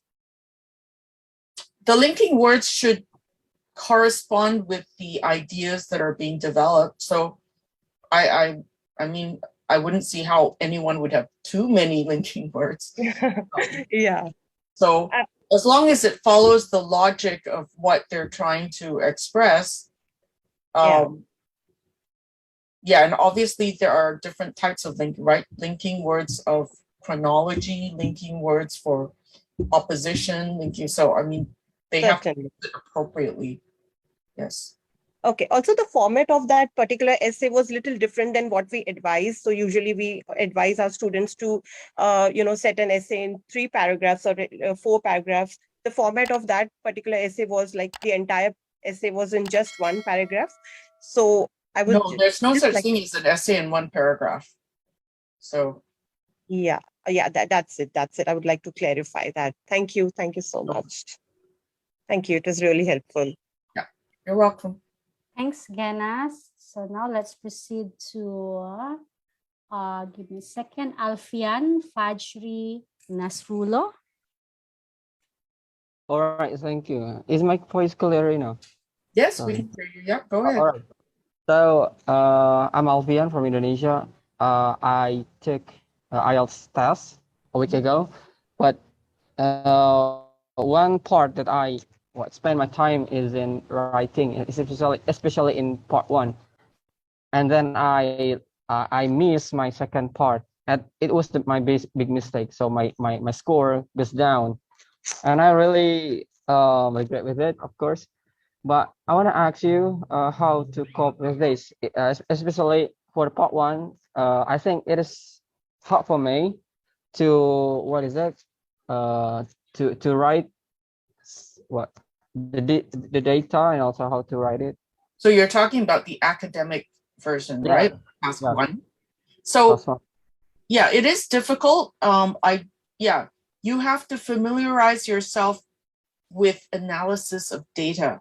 So if it's something you're not familiar with, you need to have practice looking at different kinds of data in the form of graphs, charts, or other kinds of visual information, and practice not interpreting, but analyzing it, right? And comparing them to. Look at examples of IELTS where there are 2 different kinds of information given to you. So it could be a bar graph, and then they'll give you a line graph, and you have to compare and contrast the information in both. So there's a lot of analysis there. So part of the problem could be that you're not familiar with analyzing data, and that's why it's taking you a very long time to write the item. On the other hand, if you understand the data quickly, but you have a hard time expressing it and organizing your thoughts, then you need more practice, maybe outlining your 3 paragraphs very briefly before you start writing. If you start writing without a plan in your head, then it's likely that you lose track of the amount of time and you are just focused on the writing, but not on the timing. So one way to improve that is also to do time yourself when you're doing the writing test. So definitely set your alarm on 60 minutes and then see how long it's taking you. Or you can even set it to 20 minutes for the task 1, just to remind yourself, and then see how much you can accomplish in 20 minutes. And just keep practicing till you can finish task 1 from introduction to conclusion within 20 minutes. Does that make All sense? right. I hope. All right. So can you provide me maybe a links to improve my analysis skills? Maybe you mentioned You before. probably have to check with a English tutors in your region or somewhere that can All help right. you with that, or just go on the internet and just look for tips about analysis of data, right? Oh, all right. Thank you. That's all from me. Thanks, Alfian. Now let's move on to Asa Al-Kuraba. Hi, Asa. Hi, good afternoon. Hi, where are you joining Hi, us Asa. from? Yes, ma'am. Actually, my question is like when you try to add some specific details to a paragraph with an example. Now, does this example has to be factual, or I just can come up with my own example and I can lie about it? So I think I said that it should be from your own experience. You shouldn't have to, as you say, lie about it. It should be something you have experienced before, a memory of yours or a life experience. So no, you shouldn't have to make up anything, right? that's kind of a desperate act. So if you make up, maybe it's because you don't know anything about that topic, then yeah. But then again, it's easier to write about something from experience than to completely make up something. So as I said before, this is not a work of fiction. This is sort of informational writing. So you have to, write about things you know, right? Does that help? Yes, thank you. Where are you talking to us from, Isa? From Malaysia. From Malaysia, okay. Yeah. Have a good evening. Thank you too. for your question. Next, can we have Rodrigo Montajes? Hi, Rodrigo. Hello, good evening. Good Hi, evening. Rodrigo. Nice to meet you. I just would like to ask for the essay part, are we allowed to give our own definition of a concept? Say, for example, the question is about giving the importance, for example, of education, and then I'm going to give my own definition of education. Say, for example, education is a continuous process, blah, blah, blah, blah, and then something like that. Is it? But you have to focus on what they want you to do. Like if they're asking you for your opinion or what you believe about it, you should focus on that, not so much on the definition, right? But in the course of explaining yourself, if you find that you need to explain something, you go ahead. But remember that the focus will be on whether you disagree with something, agree or disagree, or what is your opinion on it. So you won't ever get a question that is just explain this concept. That is not the kind of question they will ask you. It always has to be something about an opinion or which side are you on, or do you agree or disagree? Oh, Yeah. okay. Does that help? Yeah. And I'm trying to mean is that, for example, a certain concept, for example, you were asked to tell the difference between the two concepts, and then with specific topic, a specific word, you are going to define it. Are we allowed to do No, that? there are no questions. I don't believe, I've never seen a question on IELTS about them giving you two concepts and asking the difference between the two. Okay. So, I mean, that would not be how they would ask it. They might ask you two different views and then you have to explain that. So I don't know if that's what you mean. Yeah. Thank you so much. You're welcome. Thanks, Rodrigo. So now can we have Jun Hong Chai? Hello, can you hear me? Yes, we can. Go ahead. Okay. Good evening, Miss. I would like to ask about two questions. Is the task one about essay, and the overview about the essay, is that in the first paragraph or the last paragraph? There's different views on it. They often say put it in the last paragraph, but if you're afraid that you might not be able to finish your conclusion, right, because that's right at the end, put it in your first paragraph and then repeat it in your last paragraph. Okay. Of course, repeat it in a different way, like not exactly in the same. Okay. So another question is about the first essay. Is that always they have given two graph or two pictures or two diagrams, and we have to compare, or we have to finding about the relationship between two paragraphs?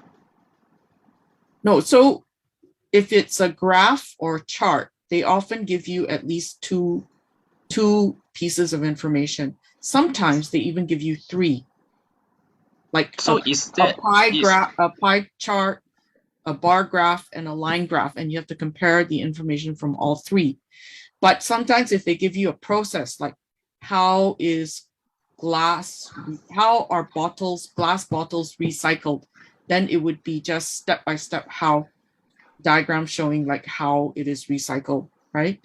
Or if it's a map, they might show you a map of a town before and then a town 10 years later, and you have to compare what has changed. So means that the last question is always means that always no wonder a graph, a diagram, or a picture is is always linked between these two or three paragraph or diagram, is it linking? I mean, have some relationship or Yeah, of course, if they give you 3 different pieces of information, they are relevant to each other. It will be, you can't leave out one. Like if they ask you to describe the those 3 things, you can't just talk about 2 of the graphs and leave one out. You know what I mean? You have to give whatever they show you, you have to describe it. Does that help? Yeah. All right. Thank you, Miss. You're welcome. Thanks, June. So can we have Piyush Arora? Hi, Piyush.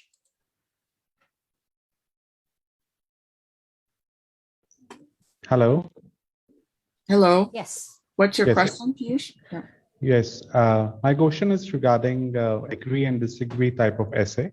So let's say we're writing body paragraph 1.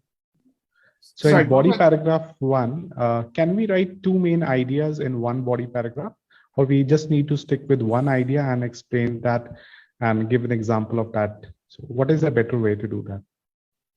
Sorry, task 2. You're talking about the task 2 question. Yes. Task 2, body paragraph. Your body paragraphs would depend on your main point. What is the main point? Like, so if they ask you if you agree or disagree with something, then you have to give your opinion.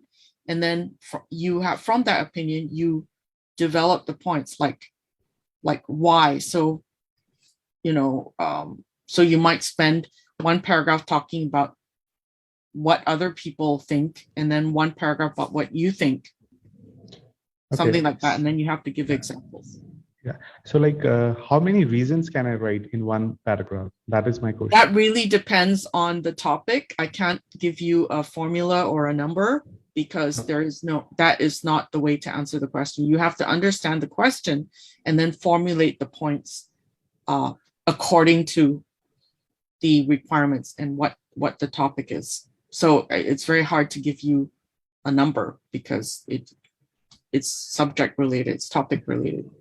So it's like it's generally said that you should write one main idea in one body paragraph.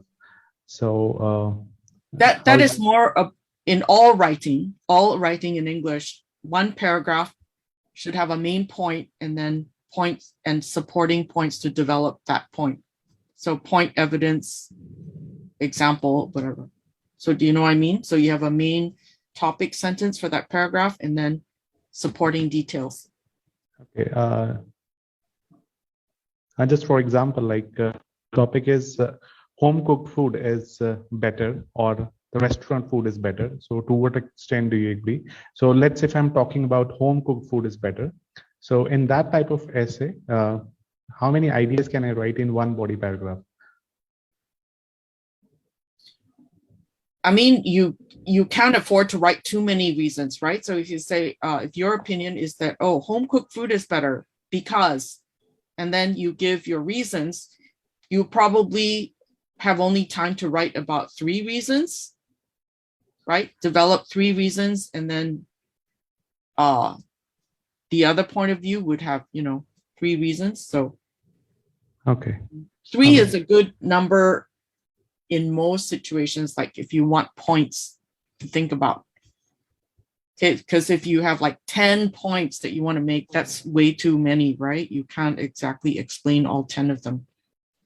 Right. So it's just sort of logic.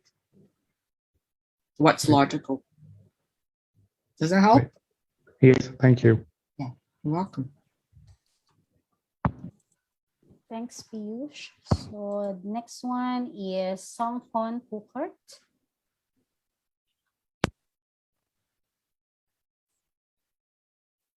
Go ahead. Hi, Songhon. We can't hear you.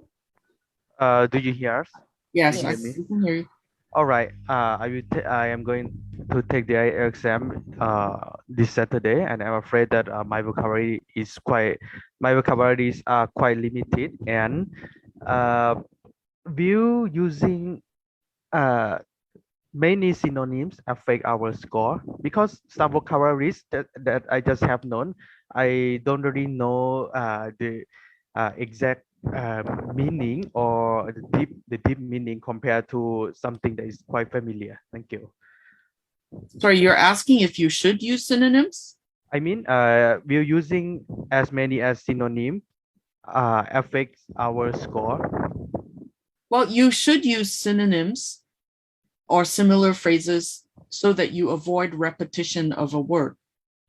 So for example, if you say people this, people that, people do that, then you should be more specific, like what people, and then use the appropriate words to describe them, rather than use a generic word and repeat it over and over again. Does that make sense? Okay, that's very makes sense. Thank you. Thanks, Songfon. Are you okay, Mei? We still have like 1, 2, 3, 4, 5, 6 more questions. 6 more questions. Are they quick questions or are they? I'm not sure of that. Yeah, because if they are about detailed, you know, things like about getting help with their writing or something, we don't have the ability to do that. Mm-hmm. How many more do you think? Yeah, just maybe a couple more. Okay, so let me just check which one. Okay, can we have Adrian for now one, please? Yes, I would like to ask a small question. What words can we use to introduce our thesis statement in task 2 academic writing? The words would depend on what the topic is. I really can't give you a response on that because, right? I mean, it would depend on what the question is asking you. So there's no fixed phrase that you use for all kinds of, right? There's no fixed words to use. But some words,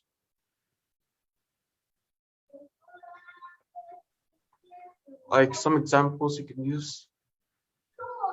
Sorry, that your question is too general. I can't really answer it. Oh, okay then. Thank you. You're welcome. Thanks, Adrian. Now let's go to Judith Violeta Pamulang, please.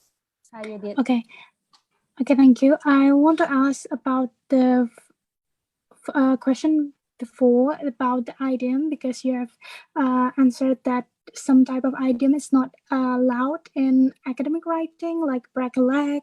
But how about the other type of idiom? Because I've seen a lot of type of idiom that use in the model answer, like double-edged sword, or half the edge over, or cut both ways. Is it still acceptable, in your opinion? Yeah, you can use some, but make sure that the idiom you use is not a very casual kind of idiom, because if it's too informal, then it would kind of take away from the academic side. But yes, you can use idioms in the writing. Okay. But again, that, you know, it must be relevant to the topic, right? Don't just put idioms in for the sake of putting idioms, right? And it's pronounced idioms, by the way. Is it necessarily increase our score? It will show that you have a range of vocabulary, but of course it'd be better if you use academic phrases. That would help a lot more too for the academic test. Okay, thank you. You're welcome.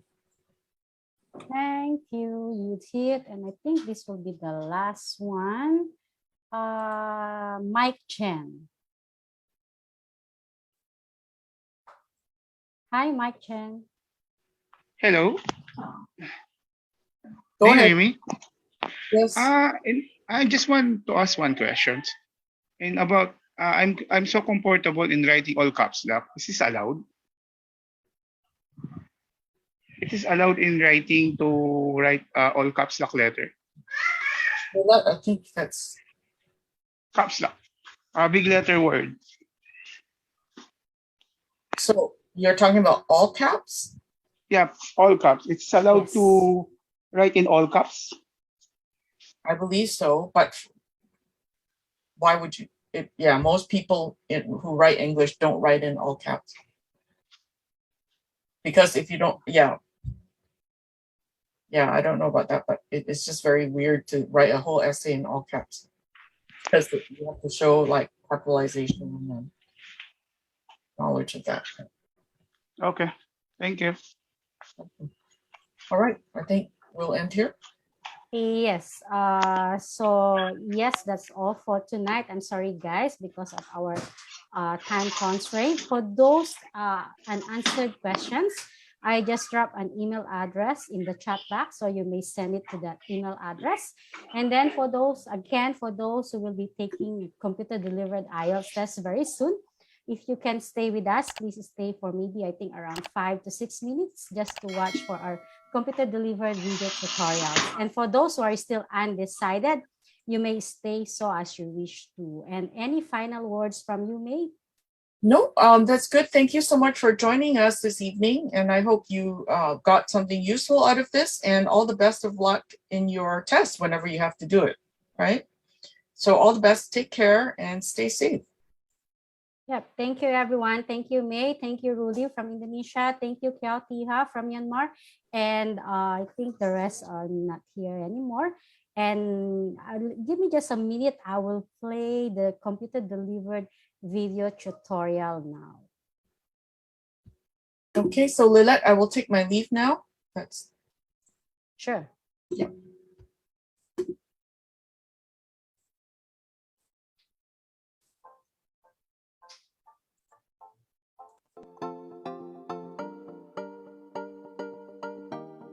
Welcome to our computer-delivered IELTS tutorial. This tutorial will show you how to complete and prepare for computer-delivered IELTS. For each section, there's a clock at the top of the screen, which tells you how much time you have left. For the reading and writing tests, the clock will turn red and flash when you have 10 and 5 minutes left. The tests will automatically stop when the time finishes. The instructions for each part are in the box at the top of the screen.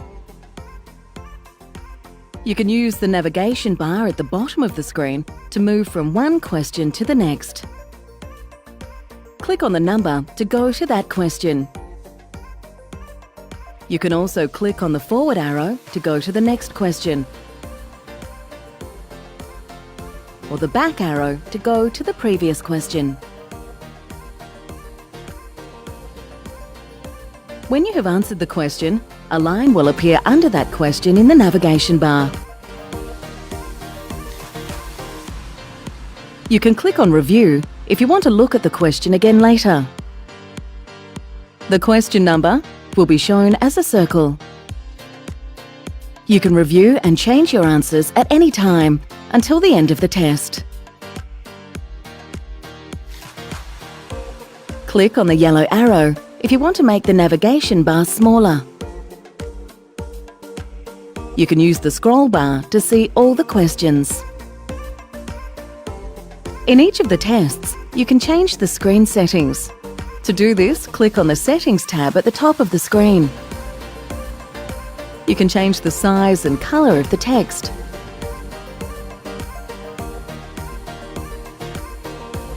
In each of the tests, there is a Help tab. If you click on the Help tab, this will give you information about the task you are currently doing.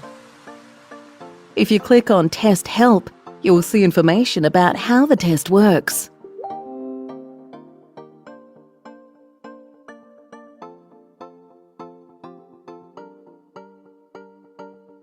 If you wish, you can also highlight sections of text. If you need to leave the test room for a few minutes, you can hide your screen by clicking on the Hide tab. When you return to the test room, click on the Resume Test button. That is the end of the introduction tutorial for computer-delivered IELTS. Check out the IDP-IELTS YouTube channel for tutorial videos for listening, reading and writing.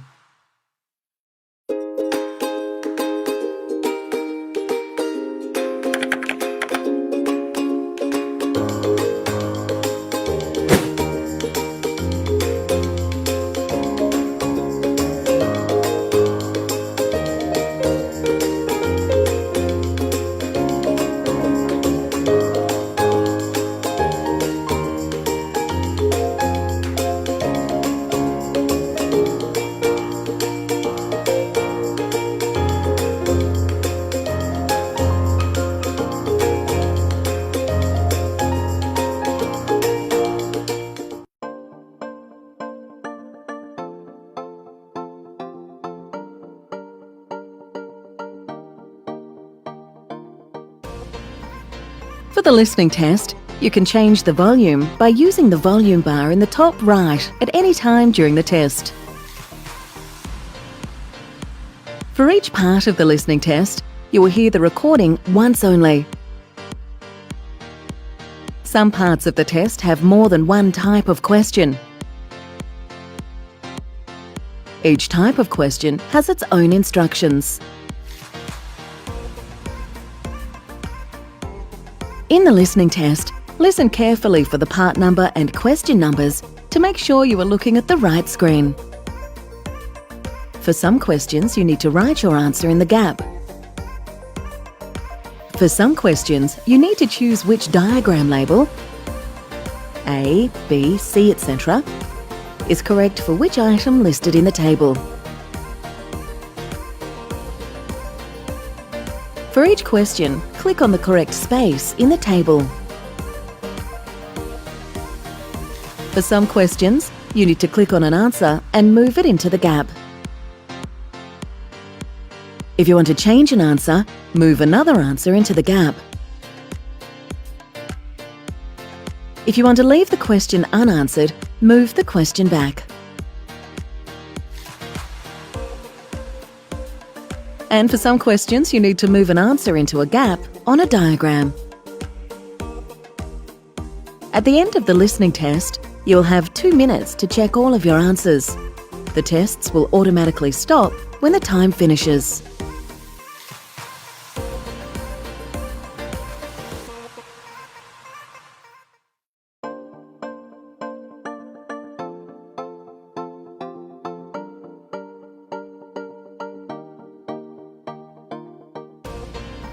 In the reading test, the text appears on the left and the questions on the right. To see all the text and the questions, you'll need to use both scroll bars.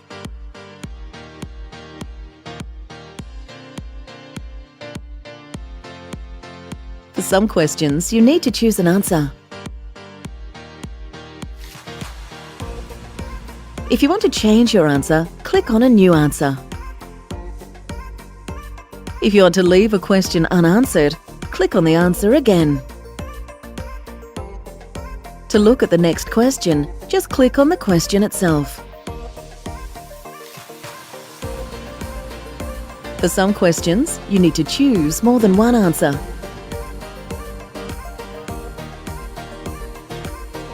If you want to change any of your answers, click on the answer you want to change and then click on your new answer. If you want to leave any of the questions unanswered, click on the answer again.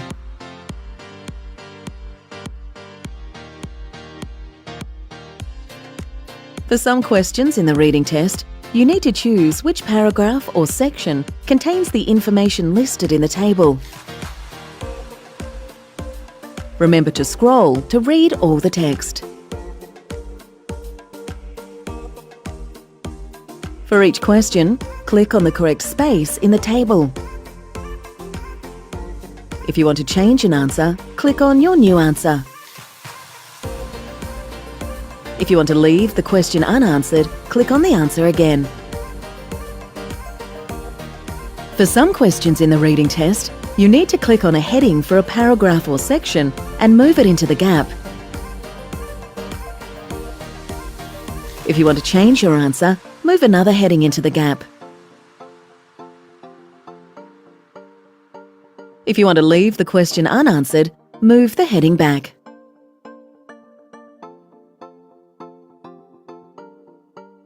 And for some questions, you need to write your answer on a gap in a diagram.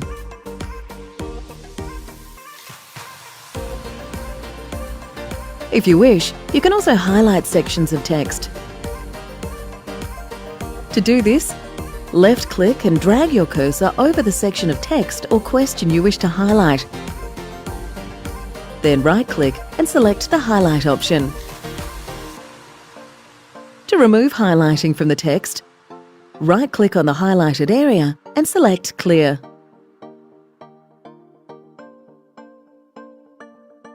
If you wish to remove all highlighting from the screen, right-click on a highlighted area and select Clear All. You can also make notes on a section of text. To do this, left-click and drag the cursor over the section of text or question you want to make notes about. Then right-click and select the Notes option.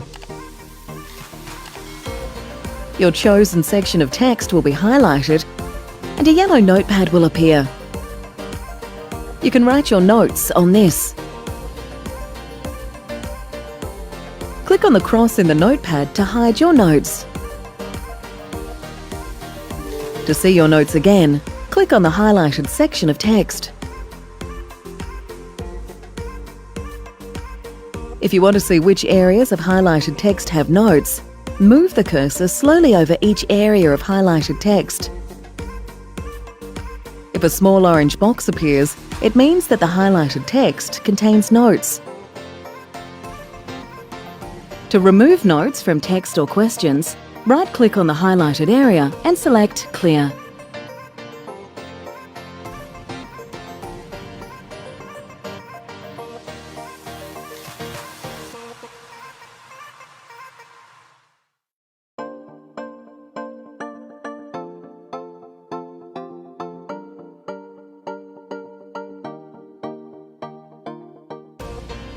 There are two parts to the writing test, Part 1 and Part 2. You can answer the parts in either order. You write your answer in the space on the right of the screen.